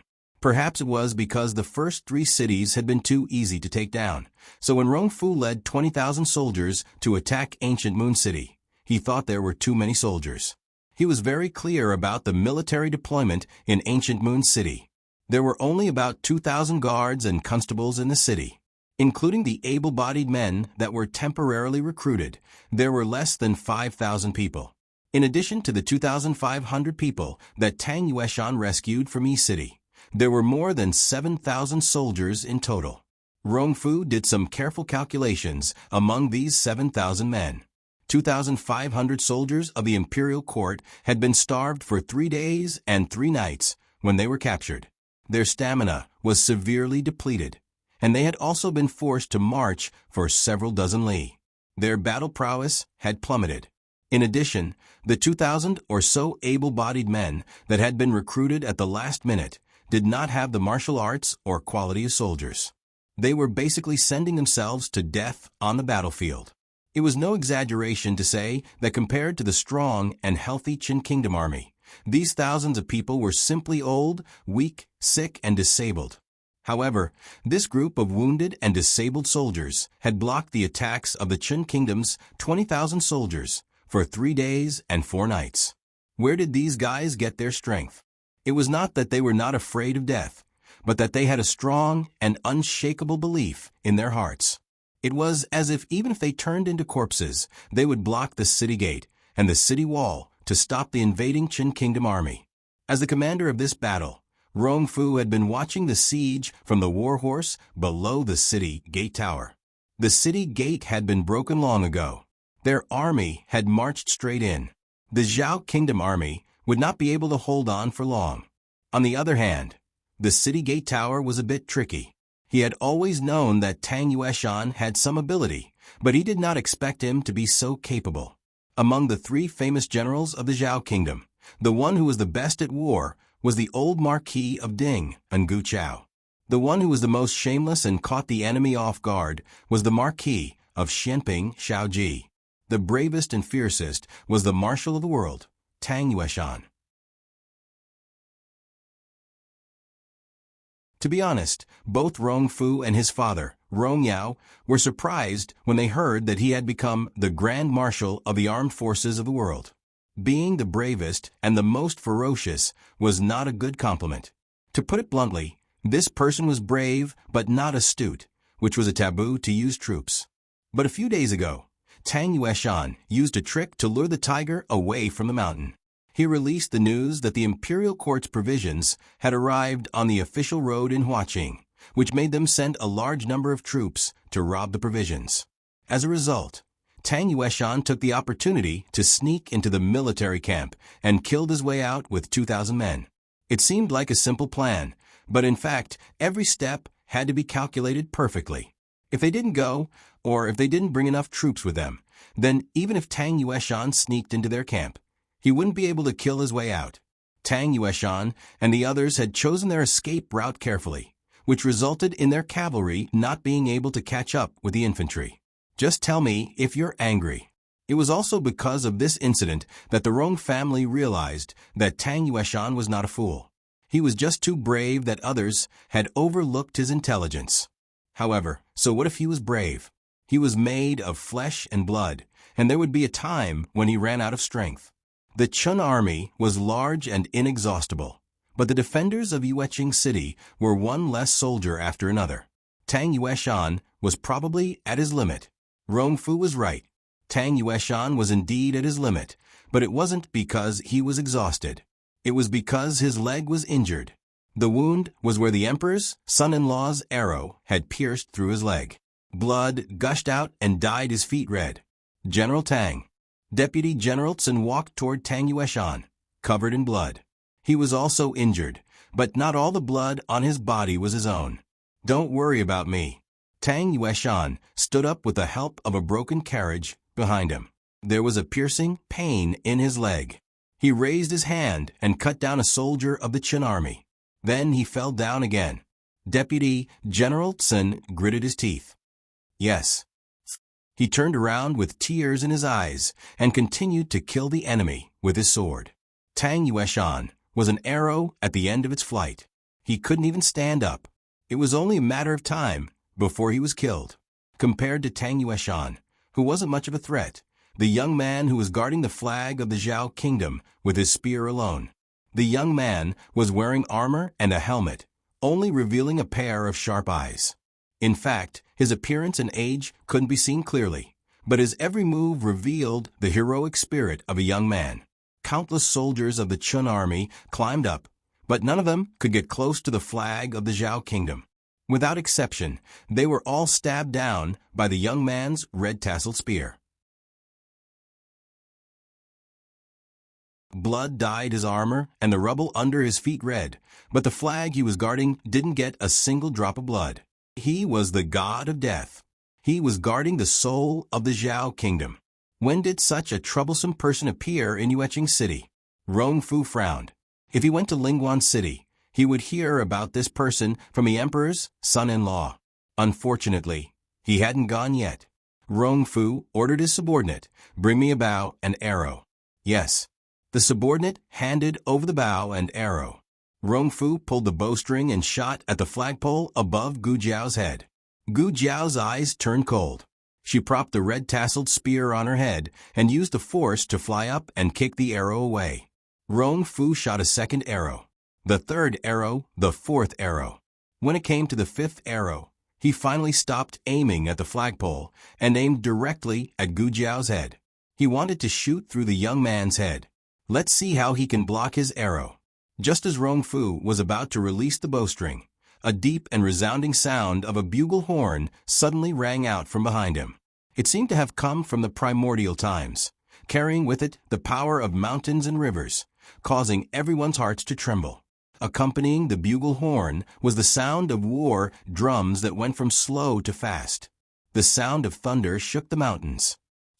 Roar, roar, roar. Their unified cries reverberated through the heavens and earth in a domineering manner. The ground began to shake, and dust began to fly. Rongfu looked at the shaking soil under the horse's hooves and suddenly realized something. The Chun Kingdom's army scout rushed over from the rear in a panic. Reporting, reporting. The Gu army is here. This frightened roar tore a bloody hole in the dark night sky. Something seemed to spurt out from behind the clouds. As soon as the scout finished speaking, he was ruthlessly pierced by an arrow. His eyes widened, and he fell in front of Rongfu's horse. Rongfu looked at the scout who was suddenly shot, and a sense of panic welled up in his heart. It was impossible. How could he be shot from so far away? No, it should be said that the Gu army was so far away. How could they arrive so quickly? If he was not sure that the Gu army would not arrive so quickly, how could he dare to lead an army of 20,000 to attack the city? His older brothers had all achieved military merits, but he had not. He was here. He was here for the military merits. If he took Yuegu City and killed Gu Chao and Tang Yueshan, he would be conferred the title of Marquis and King like his older brother. His luck would not be so bad. This must be Tang Yueshan's evil plan. There were not even a few hundred defenders left in the Zhao kingdom. Victory was right in front of them. It would be their biggest mistake to retreat now. Rongfu pulled out the sword at his waist and solemnly shouted, "The news is wrong. It's not the Gu army. It's a few captives of the Zhao kingdom who deliberately mystified in the forest. Everyone continued to attack the city. Who can take the heads of Tang Yueshan and Gu Chao? Reward them with 1,000 taels of gold." And that boy. As he spoke, he pointed to the boy who had killed many Chun Kingdom soldiers and was guarding the banner. He said, "Who can cut off his head? Whoever can be the general of the Rong family." The Chun Kingdom's army, which had been a little low in morale, was suddenly full of fighting spirit. 1,000 taels of gold. They wanted every one of the Rong family's generals. However, this fighting spirit did not last long. The subordinate next to Rongfu suddenly pointed to the back and said with horror in his eyes, "General, General, General, look." "What are you looking at?" It's just, as Rongfu spoke, he turned his head back impatiently. The words he was about to say were stuck in his throat. The darkness in the night sky had disappeared, but it was not dawn yet. The sky was dark gray. Under this boundless sky, tens of thousands of cavalrymen galloped over, each of them wearing ice-cold silver armor.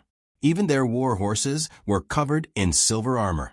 With an order from the commander, all the cavalrymen took out black cloth and covered the eyes of their horses. Yes, yes, yes. The subordinate could not come out anymore. This scene was too shocking. This was a real cavalryman. Gu Chongqing galloped through the flying snow. The white cloak behind his silver armor fluttered in the wind, like the purest snow between heaven and earth. He carried an extremely cold, murderous aura. Rong Fu's breathing stopped. Wherever the Gu army went, the Chun Kingdom soldiers were defeated. Gu Chongqing did not go anywhere else. He went straight to Rong Fu. The light of dawn chased after him. The sky gradually opened. Rong Fu raised his sword to meet him. However, before he could make a move, Gu Chongqing chopped off his head. Digression. Big Brother is not a gentleman on the battlefield. He, is a little cruel. Everyone, please bear with him. The latest chapter of this book is not finished yet. For more exciting content, please scan the QR code below to download the app. Novels are updated even faster. Millions of novels are free to read. Novels with connotations that cannot be found online are all available here. https://www.zhbqg.com/89642_8964286/109464377. HTML Genius memorized this website's address in 1 second. www.zhbqg.com Biku Pavilion's mobile reading website. zhbqg.com.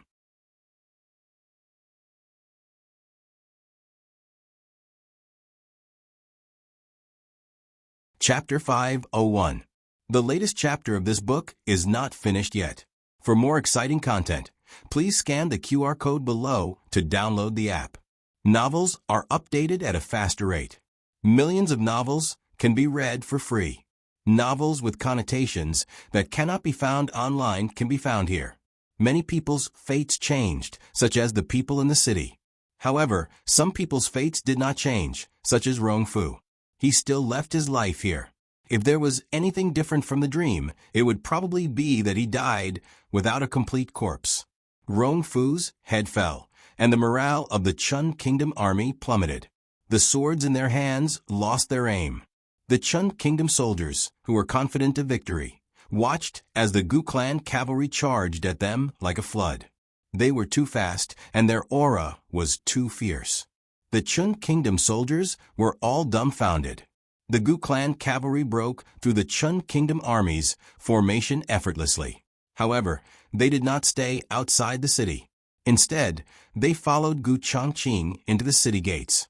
Just as the Chun Kingdom army outside the city heaved a sigh of relief, the Gu clan infantry arrived. They held a sword in one hand and a shield in the other. They charged at the Chun Kingdom soldiers with great momentum. This was a crushing defeat without any suspense.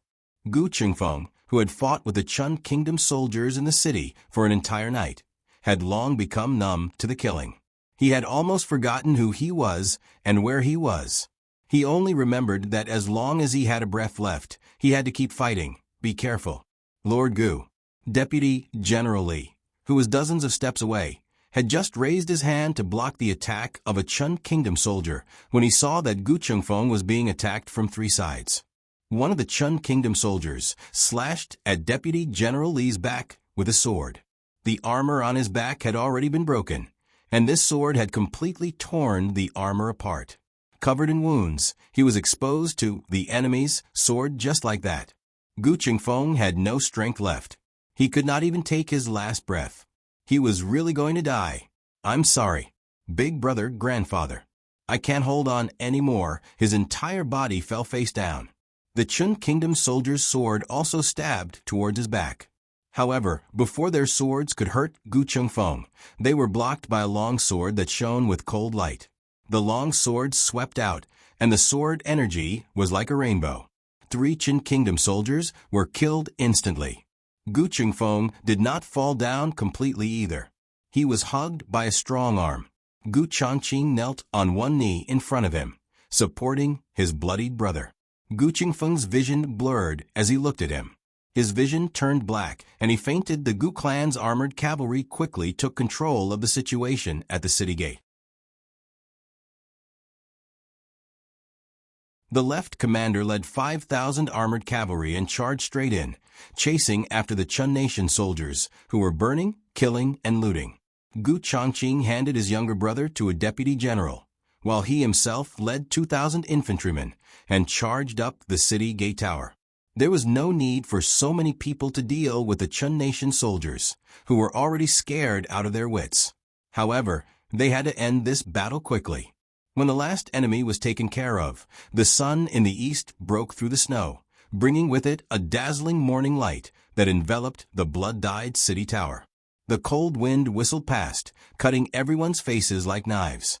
After killing for an entire night, the defenders gripped their weapons tightly.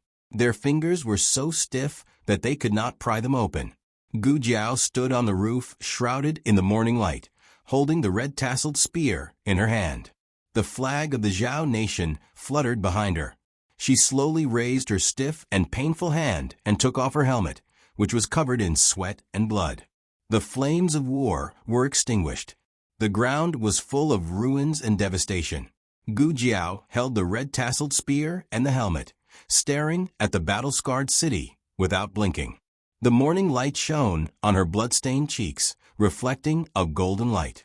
The wounded defenders were either supported by the Gu clan soldiers or carried on their backs, leaving the battlefield where they had fought with their lives until the last moment.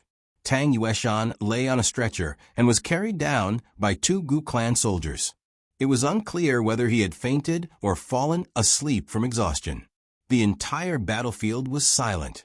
Gu Changqing came to the city gate tower and looked up at her. "Can you still come down?" "I can't," Gu Jiao said. Gu Changqing jumped onto the roof of the city gate tower and carried down Gu Jiao, who was exhausted and stiff. It took him a lot of effort to pry her fingers off the red-tasseled spear one by one. She sat in a daze on a half-destroyed car. Gu Changqing knelt on one knee in front of her and took out a handkerchief to wipe her face little by little. His coldness and ferocity faded away, leaving only a gentle look on his face. Seeing this scene, the Gu clan soldiers were so shocked that their jaws almost dropped. Is this really the cold-faced young master of Yama? Was he spoiling a little soldier? The cold-faced young master of Yama looked at the most powerful soldier in the world with gentle eyes and said softly, "It's all right. We won." Yes. Gu Jiao was still in a daze. Gu Changqing gently wiped the blood on her cheeks and hands. Every time he wiped it, his heart clenched. When he wiped it clean and found that it was someone else's blood, he let out a long sigh of relief. His sister had defended the city well, and she had also protected herself well. It was really good. No one knew how relieved Gu Changqing felt at this moment. When he had learned that she and Gu Chengfeng had disappeared from the capital at the same time, he had known that they had gone north. His heart had been in his throat day and night. Not only had he worried about the people at the border and the territory of the Zhao kingdom, he had also worried about these 2 little things. Strictly speaking, Gu Chengfeng was not little anymore. But in his heart, he would always be the little brother of his childhood. "The armor is very heavy. Let me help you take it off." As Gu Changqing spoke, he began to remove the armor for her. Just like before, she didn't object. She just sat there obediently. But when Gu Changqing took off the armor, he finally felt that something was wrong. Her entire body was tense, and her hands were tightly gripping the board of the carriage, as if she was trying to endure something. Gu Changqing looked at her. "Jiao Jiao." Gu Jiao said blankly, No more killing." Gu Changqing didn't quite understand the meaning of this sentence. He thought about it and nodded. "Yes, no more killing. No more killing." Gu Jiao shook her head blankly. Her little body became even more tense, and a murderous aura gradually appeared in her eyes. In this period of time, she had saved too many people and killed too many people. The smell of blood was too strong, and she had been immersed in it for too long. It had exceeded the limit of what she could bear. Even if she wasn't greatly stimulated, she was about to lose control. I can't control it. The ruthlessness in her body surged endlessly, and her eyes turned red. Gu Changqing's eyes flashed with a strong sense of astonishment. He put down the handkerchief and held her face with both hands. Jiao Jiao Jiao Jiao, look at me. Gu Jiao pushed him away. The red tasseled spear was right next to her. She reached out to grab the red tasseled spear.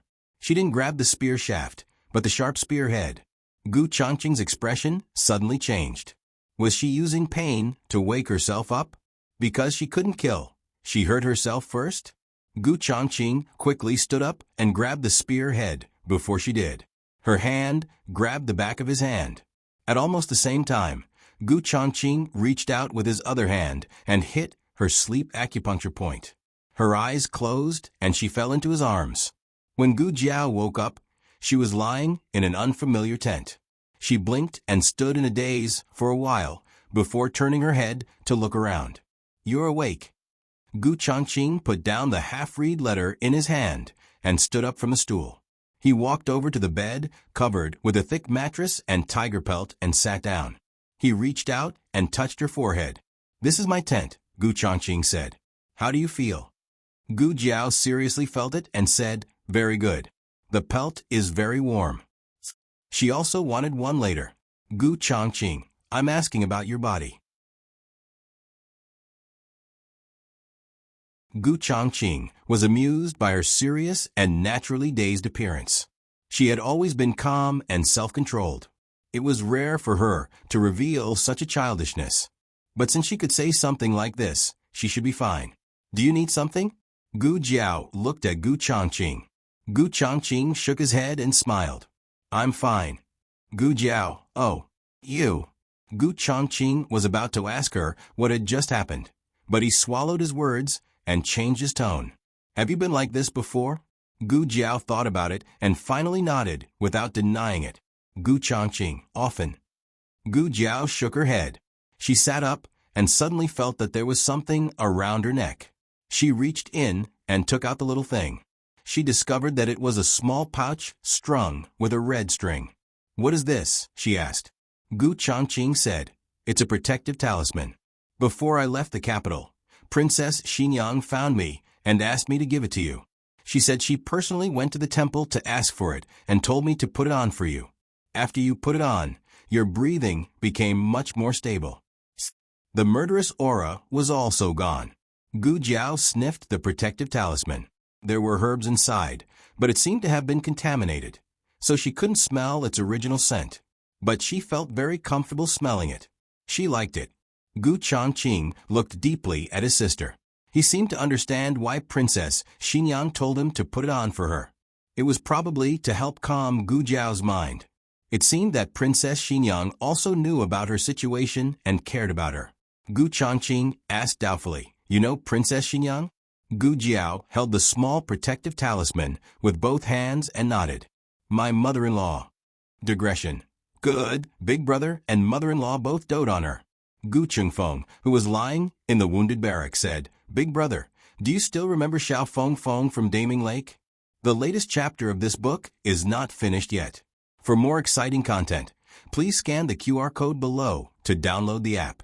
Novels are updated even faster. Millions of novels are free to read. Novels with connotations that can't be found online are all available here. https://www.zhbqg.com/8964-2_8964-28266/109463556. HTML Genius memorized this website's address in 1 second. www.zhbqg.com Bikugo mobile reading website. zhbqg.com.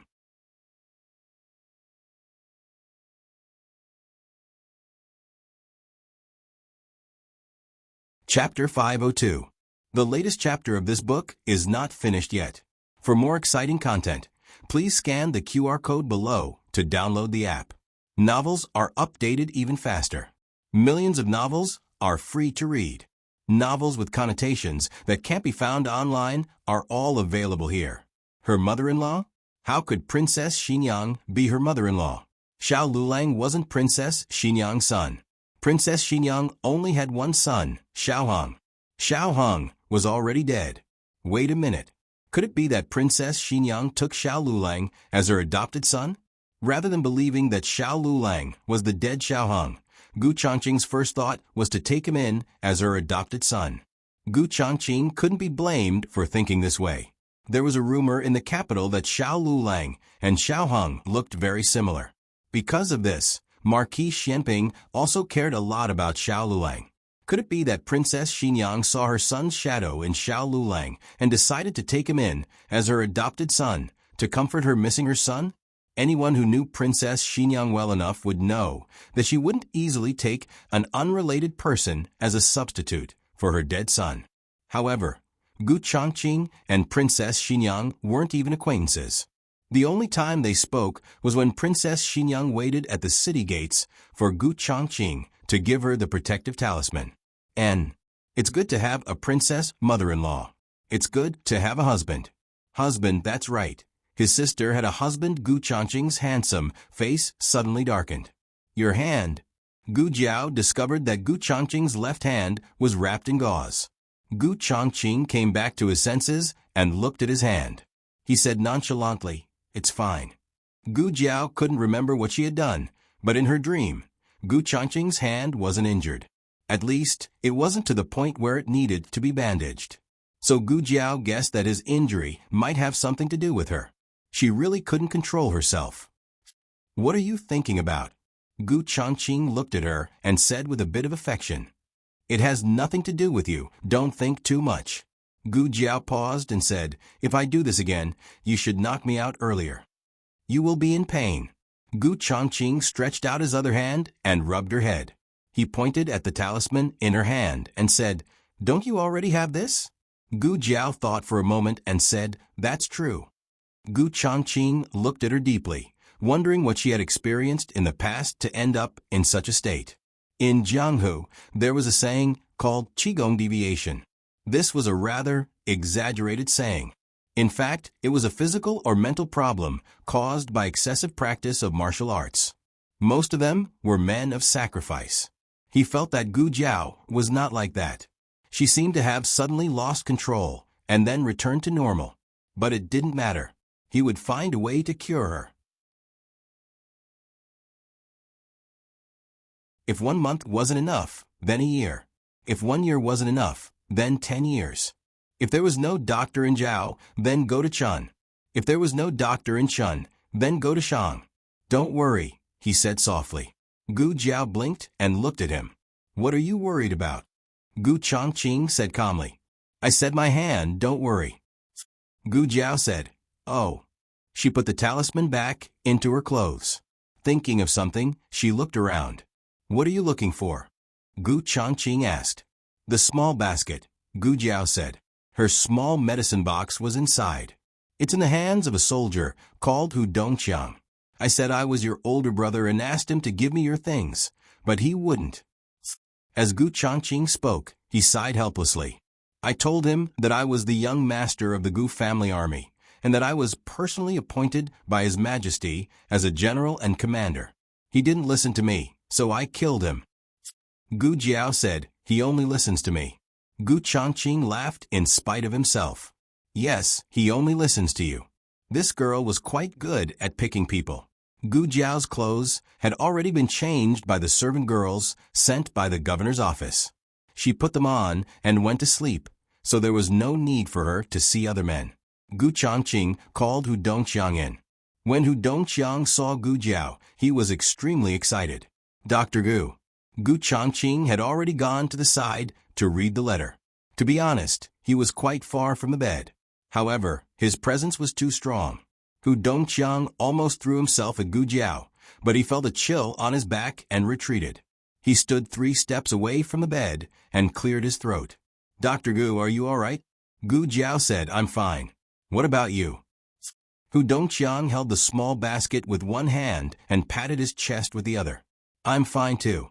It was all thanks to the timely arrival of the Gu army that the Chun army didn't manage to reach the casualty barracks. Dr. Gu, this is what you gave me. I've been holding it the entire time and haven't let a second person get close. When he said this, he secretly glanced at Gu Chongqing from the corner of his eye. Gu Chongqing silently read the letter, as if he didn't care or hear their conversation at all. However, Hu Dongqiang still lowered his voice and whispered, Dr. Gu, is the commander really your older brother? Gu Chongqing's ears suddenly perked up. Gu Jiao nodded. Yes, he is. Seeing as he was protecting her small welfare, she would let him be her older brother for a day. The corners of Gu Chongqing's lips unconsciously hooked up, and his back straightened even more. Gu Jiao and Hu Dongqiang chatted for a while, mainly asking about the situation at the casualty barracks. From Hu Dongqiang, Gu Jiao learned that Gu Chongqing had brought a medical team of over 100 people. There were medical officials from the imperial court and doctors from the common people. Dr. Song and Dr. Lu from the Miracle Hands Hall also came. The doctors from the common people were all assigned and managed by Dr. Song. Dr. Song does things just like you, especially well. Hu Dongqiang couldn't hide his pride as he spoke. These words seemed to be praising Dr. Song, but they were actually praising Gu Jiao. He was now Dr. Gu's subordinate. Dr. Gu was amazing, so he was proud. It was just that he hadn't studied much, so other than saying good, he couldn't find any other words to praise. Dr. Song, or to be exact, all the doctors in the Miracle Hands Hall had inherited Gu Jiao's style of doing things. They handled things in an orderly manner. There were a lot of wounded soldiers, so even with the addition of this medical team, it was still not enough. But at the same time, there was no panic or chaos. The patient's emotions were very well pacified. Of course, there was the quality of a soldier, but there was also the efforts of Dr. Song and the entire medical team. After Hu Dongqiang left, Gu Jiao looked at Gu Chongqing with appreciation. How did you think of forming such a large medical team? It wasn't my idea, Gu Chongqing said. The battlefield was a very dangerous place. The imperial court's medical officials were duty-bound, but the common people's doctors were the common people. Gu Chongqing wouldn't easily recruit them. However, the second boss found Gu Chongqing and said that their medical hall was willing to send a few doctors to go north with him. The medical hall would take care of the medicine and travel expenses. This news somehow spread like wildfire. When the country was in danger, the common people were brave and chivalrous. Gradually, many medical halls came to the imperial court. The Emperor and Empress Dowager Zhuang both felt that this was feasible, so they selected a group of strong doctors from the common people who could withstand the long journey and the bitter cold of the frontier. There is one more thing, Gu Chongqing said. What? Gu Jiao asked. Yuzhou's Lin family donated 100,000 gold taels to fight the enemy at the frontier. Gu Chongqing said. It was Lin Qingya's home. Originally, Old Man Lin only planned to donate 50,000 gold taels. Who would have thought that Lin Qingya would rush back and hug his father's thigh and act pitiful and cute? He also said that if the imperial court didn't have money to fight the war, his little teacher's wife would starve to death at the frontier. It was unknown whether Old Man Lin was moved by his son or by the future potential of Gu Jiao and Xiao Lulang. In short, after donating a tower to the Imperial College, he also generously paid for the frontier. As the two talked, Gu Jiao's stomach growled.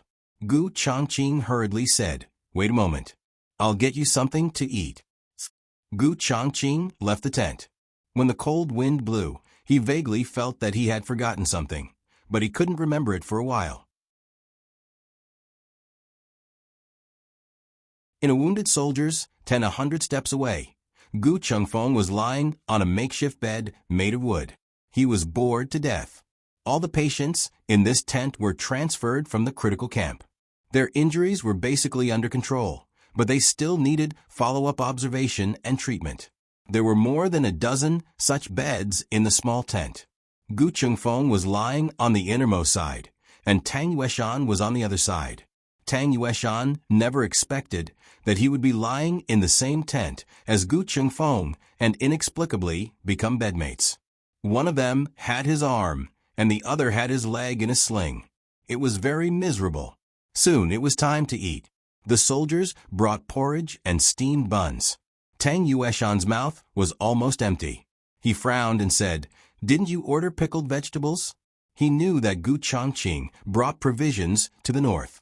He didn't dare to say whether there would be meat or not, but there would definitely be pickled vegetables. Dr. Song came over and said to Tang Yueshan, "Your wound is stitched.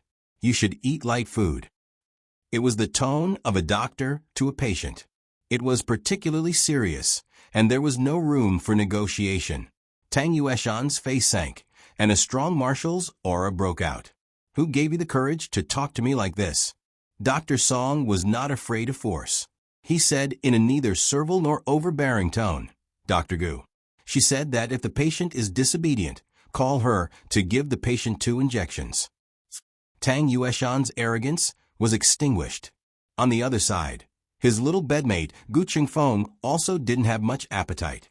Gu Chengfeng didn't dislike the light food. He was thinking about how to face his elder brother next.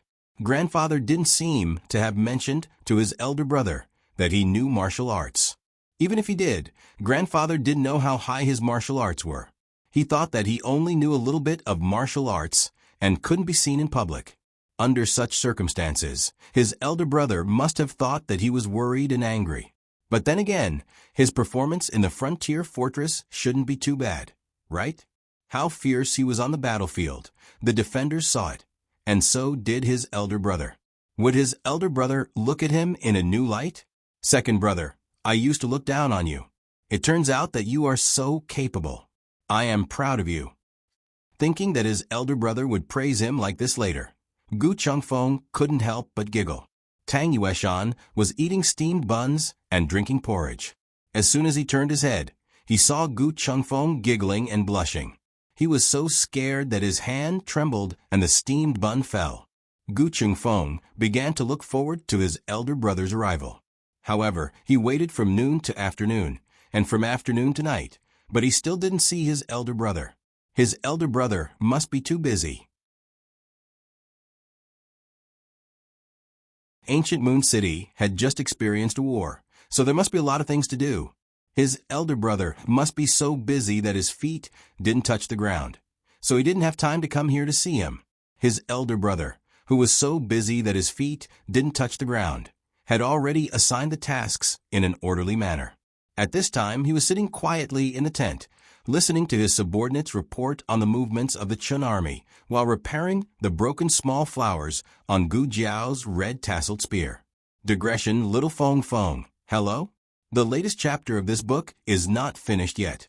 For more exciting content, please scan the QR code below to download the app. Novels are updated faster and more complete. Millions of novels are free to read. Novels with connotations that can't be found online are all available here. https://www.zhbqg.com/8964-2_896/109442451. HTML Genius memorized this site's address in a second. www.zhbqg.com Bikuga mobile reading website. zhbqg.com.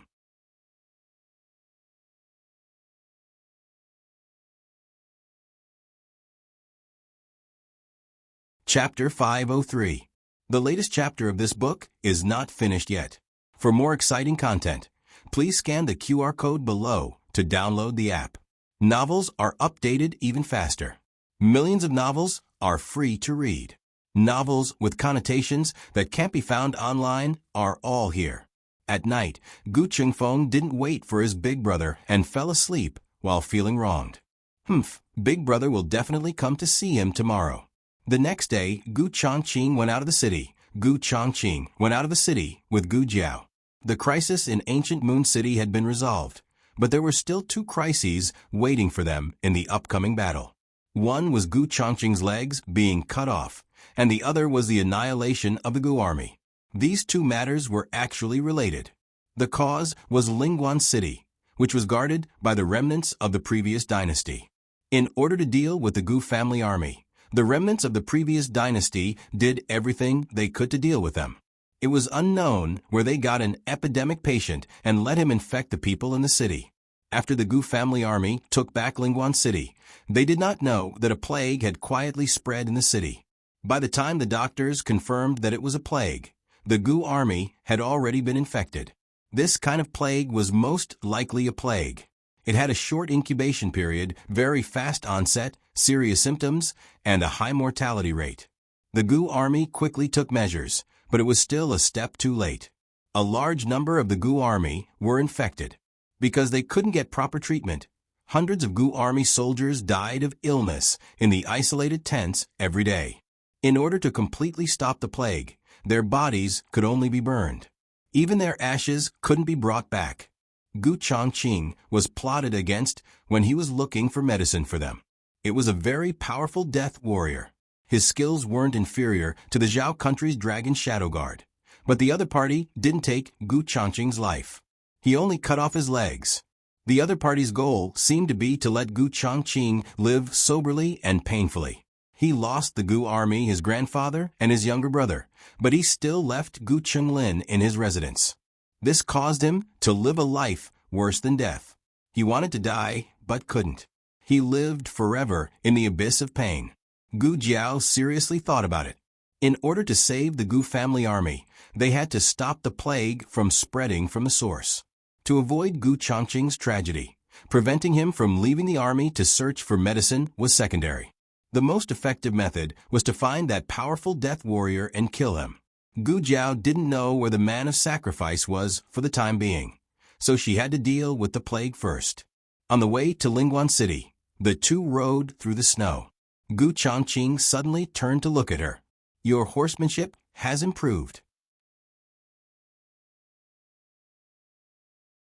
In the capital, Gu Jiao didn't know how to ride a horse. Gu Jiao said, "We rode horses all the way from the capital to here, so I learned how to do it." To be honest, her equestrian skills were not that good, but the horse was good. She did not need to use too much skill to control the horse, and the horse ran quite happily on its own. But his younger sister's improvement, no matter how small, was still big. Gu Chongqing was very gratified. He looked at Gu Jiao with shining eyes.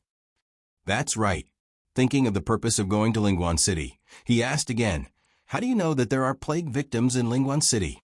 Gu Jiao's expression didn't change as she said, "I went to Lingguan City last time, and also went to the previous dynasty's headquarters.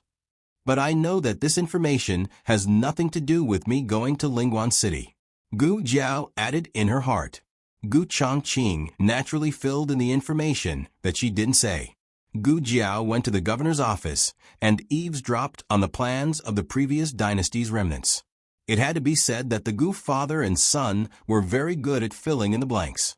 News of the Gu family army wiping out the Chun country's 20,000 soldiers spread like wildfire. Lingguan City's defenses were tighter than before. However, the border cities were not like the capital, which was surrounded by city walls. Lingguan City only had a few checkpoints on the roads that had to be passed through. Passing through these checkpoints wasn't difficult for the two of them. The two hid their horses in the nearby forest. Then, Gu Chongqing used his qinggong to bring Gu Jiao around the side. This kind of terrifying danger naturally wouldn't be placed in the governor's office. The remnants of the previous dynasty had locked up the plague victims in a small village to the northwest of Lingguan City. The two of them went straight to the small village after entering the city. The small village was located at the foot of a mountain. It was surrounded by mountains on 3 sides and water on 1 side. To enter the village, they had to cross a wooden bridge over the river. The two of them crouched down behind a bush and carefully observed the movements in the village. The village was very small. There were only a dozen or so small huts made of mud and grass. The doors and windows of the huts were tightly shut. Occasionally, a few suppressed coughs could be heard from inside. The two of them observed for a long time. Gu Chongqing whispered, "Strange, there aren't any guards." "The door isn't locked either," Gu Jiao said. Gu Chongqing nodded. This was a very suspicious point. The plague victims were locked up here. Although they were used to deal with the Gu family army, the Gu family army hadn't attacked Lingguan City yet. The ones guarding this place were the remnants of the previous dynasty's rebel army. The streets were filled with soldiers from the previous dynasty. Weren't they afraid that these patients would accidentally infect their own people if they ran out? Gu Jiao also felt this was very strange. In the dream, she only saw the result and not the process. That was why Yi couldn't figure out what kind of medicine the remnants of the previous dynasty were selling before releasing these patients. But since they were here, they could at least figure it out. Someone's coming. Gu Chongqing used his hand to protect Gu Jiao's head and pressed down with her into the bush. The ones who came were 2 soldiers from the previous dynasty. The 2 of them each carried a large box of food as they walked through the crunching snow. When Gu Chongqing brought Gu Jiao over, he had used his qinggong, so they didn't leave any footprints in the snow. The soldiers walked past Gu Chongqing and Gu Jiao. The 2 soldiers came to the village and placed the food boxes in the open space in front of them before leaving. Are they delivering food? Gu Jiao asked. It looks like it. It's time for lunch now. Are you hungry? Gu Chongqing's main point suddenly went off track. Gu Jiao was about to say that she wasn't hungry when she saw Gu Chongqing take out something wrapped in craft paper. After opening it, it was actually a bag of dried meat. Before Gu Jiao could eat, there was movement in one of the small wooden huts in the village. With a creak, the wooden door was pulled open from the inside. A tall and burly man slowly walked out. He was wrapped in a thick blanket and held an empty bowl. His steps were heavy and sonorous. Gu Jiao felt that his aura was familiar. Gu Jiao used her index finger to write 2 words in the snow. Kamikaze soldier. Gu Chongqing frowned. He took her cold fingertips and warmed them in his hands. The 2 of them continued to observe the situation in the house. This kamikaze soldier's complexion and condition were not right. It was obvious that he was also a victim of the plague. He came to the open space in the village and opened the food box on the left. He slowly took out a biscuit and a steamed bun. He then opened the food box on the right and scooped out a bowl of black medicine. After doing all this, he turned and went back into the hut. He walked with some difficulty. It was obvious that the disease had taken root and sprouted in his body. After he closed the doors of the other huts began to open one after another. The villagers who came out after him were all villagers who did not know martial arts. They were between 20 and 40 years old and belonged to the age when their bodies were in better condition. They seemed to have been carefully selected. Gu Chongqing's heart sank. There were 2 villagers in each hut. There were a total of 14 people. Like the kamikaze soldier, these people had also taken out dry food and medicine. Can you smell what medicine it is? Gu Chongqing took out a dagger and wrote a line of words in the snow with the scabbard. He then handed the dagger to Gu Jiao. Gu Jiao wrote, "Medicine to cure the plague. Can it be cured?" Gu Chongqing took the dagger and wrote. Gu Jiao shook her head. It could not be cured. If this was really the plague, they would have to use streptomycin, tetracycline, chloramphenicol, or sulfonamides. This kind of medicine could only alleviate the symptoms to a certain extent and allow the patient to live for a few more days. In the end, they would still lose their lives. Gu Chongqing fell into deep thought. The 2 of them crouched behind the bushes for a while. Suddenly, the door of the easternmost hut opened. A young man in his early 20s sneaked out. Gu Jiao had noticed him when he was getting his meal. Gu Jiao was a doctor and could tell whose symptoms were the most severe. However, this young man's symptoms were the least severe. Gu Jiao thus paid more attention to him. The young man probably wanted to escape. He crept across the clearing and walked towards the wooden bridge. However, before he could put one foot on the bridge, he was thrown to the ground by a strong force. He fell into the snow and immediately had a nosebleed. If there's a next time, I'll chop you into pieces and feed you to the dogs. It was the kamikaze soldier's voice. At this point, Gu Jiao and Gu Chongqing finally understood why there was no one guarding this place. With that powerful kamikaze soldier here, none of the villagers here could escape. Moreover, it could reduce the risk of the soldiers being infected. The young man covered his bleeding nose and resigned himself to his fate as he crawled back to his hut. Gu Chongqing's eyes suddenly turned cold. He understood what the remnants of the previous dynasty were planning. Lingguan City would eventually have a battle. If the Gu army lost, Lingguan City would still be the remnants of the previous dynasty. Then these plague patients would be executed on the spot. And if the Gu army won, these plague patients would be released to infect the citizens and the Gu army. This was the so-called, if you can't get it, destroy it. As for why they didn't directly drive this group of patients to Yuegu City, it was because they were sick and couldn't walk that far. Secondly, it was easy for accidents to happen on the way. If one of them ran away or accidentally came into contact with the soldiers, the consequences would be unimaginable. Gu Chongqing's eyes were cold to the freezing point. He didn't even use his dagger. He stood up and said, "I'll go kill that kamikaze soldier." Gu Jiao held his hand. "I'll go kill him." Digression. Today is also the day I want monthly votes. The latest chapter of this book is not finished yet. For more exciting content, please scan the QR code below to download the app. Novels are updated faster. Millions of novels are free to read. Novels with connotations that can't be found on the internet are all available here.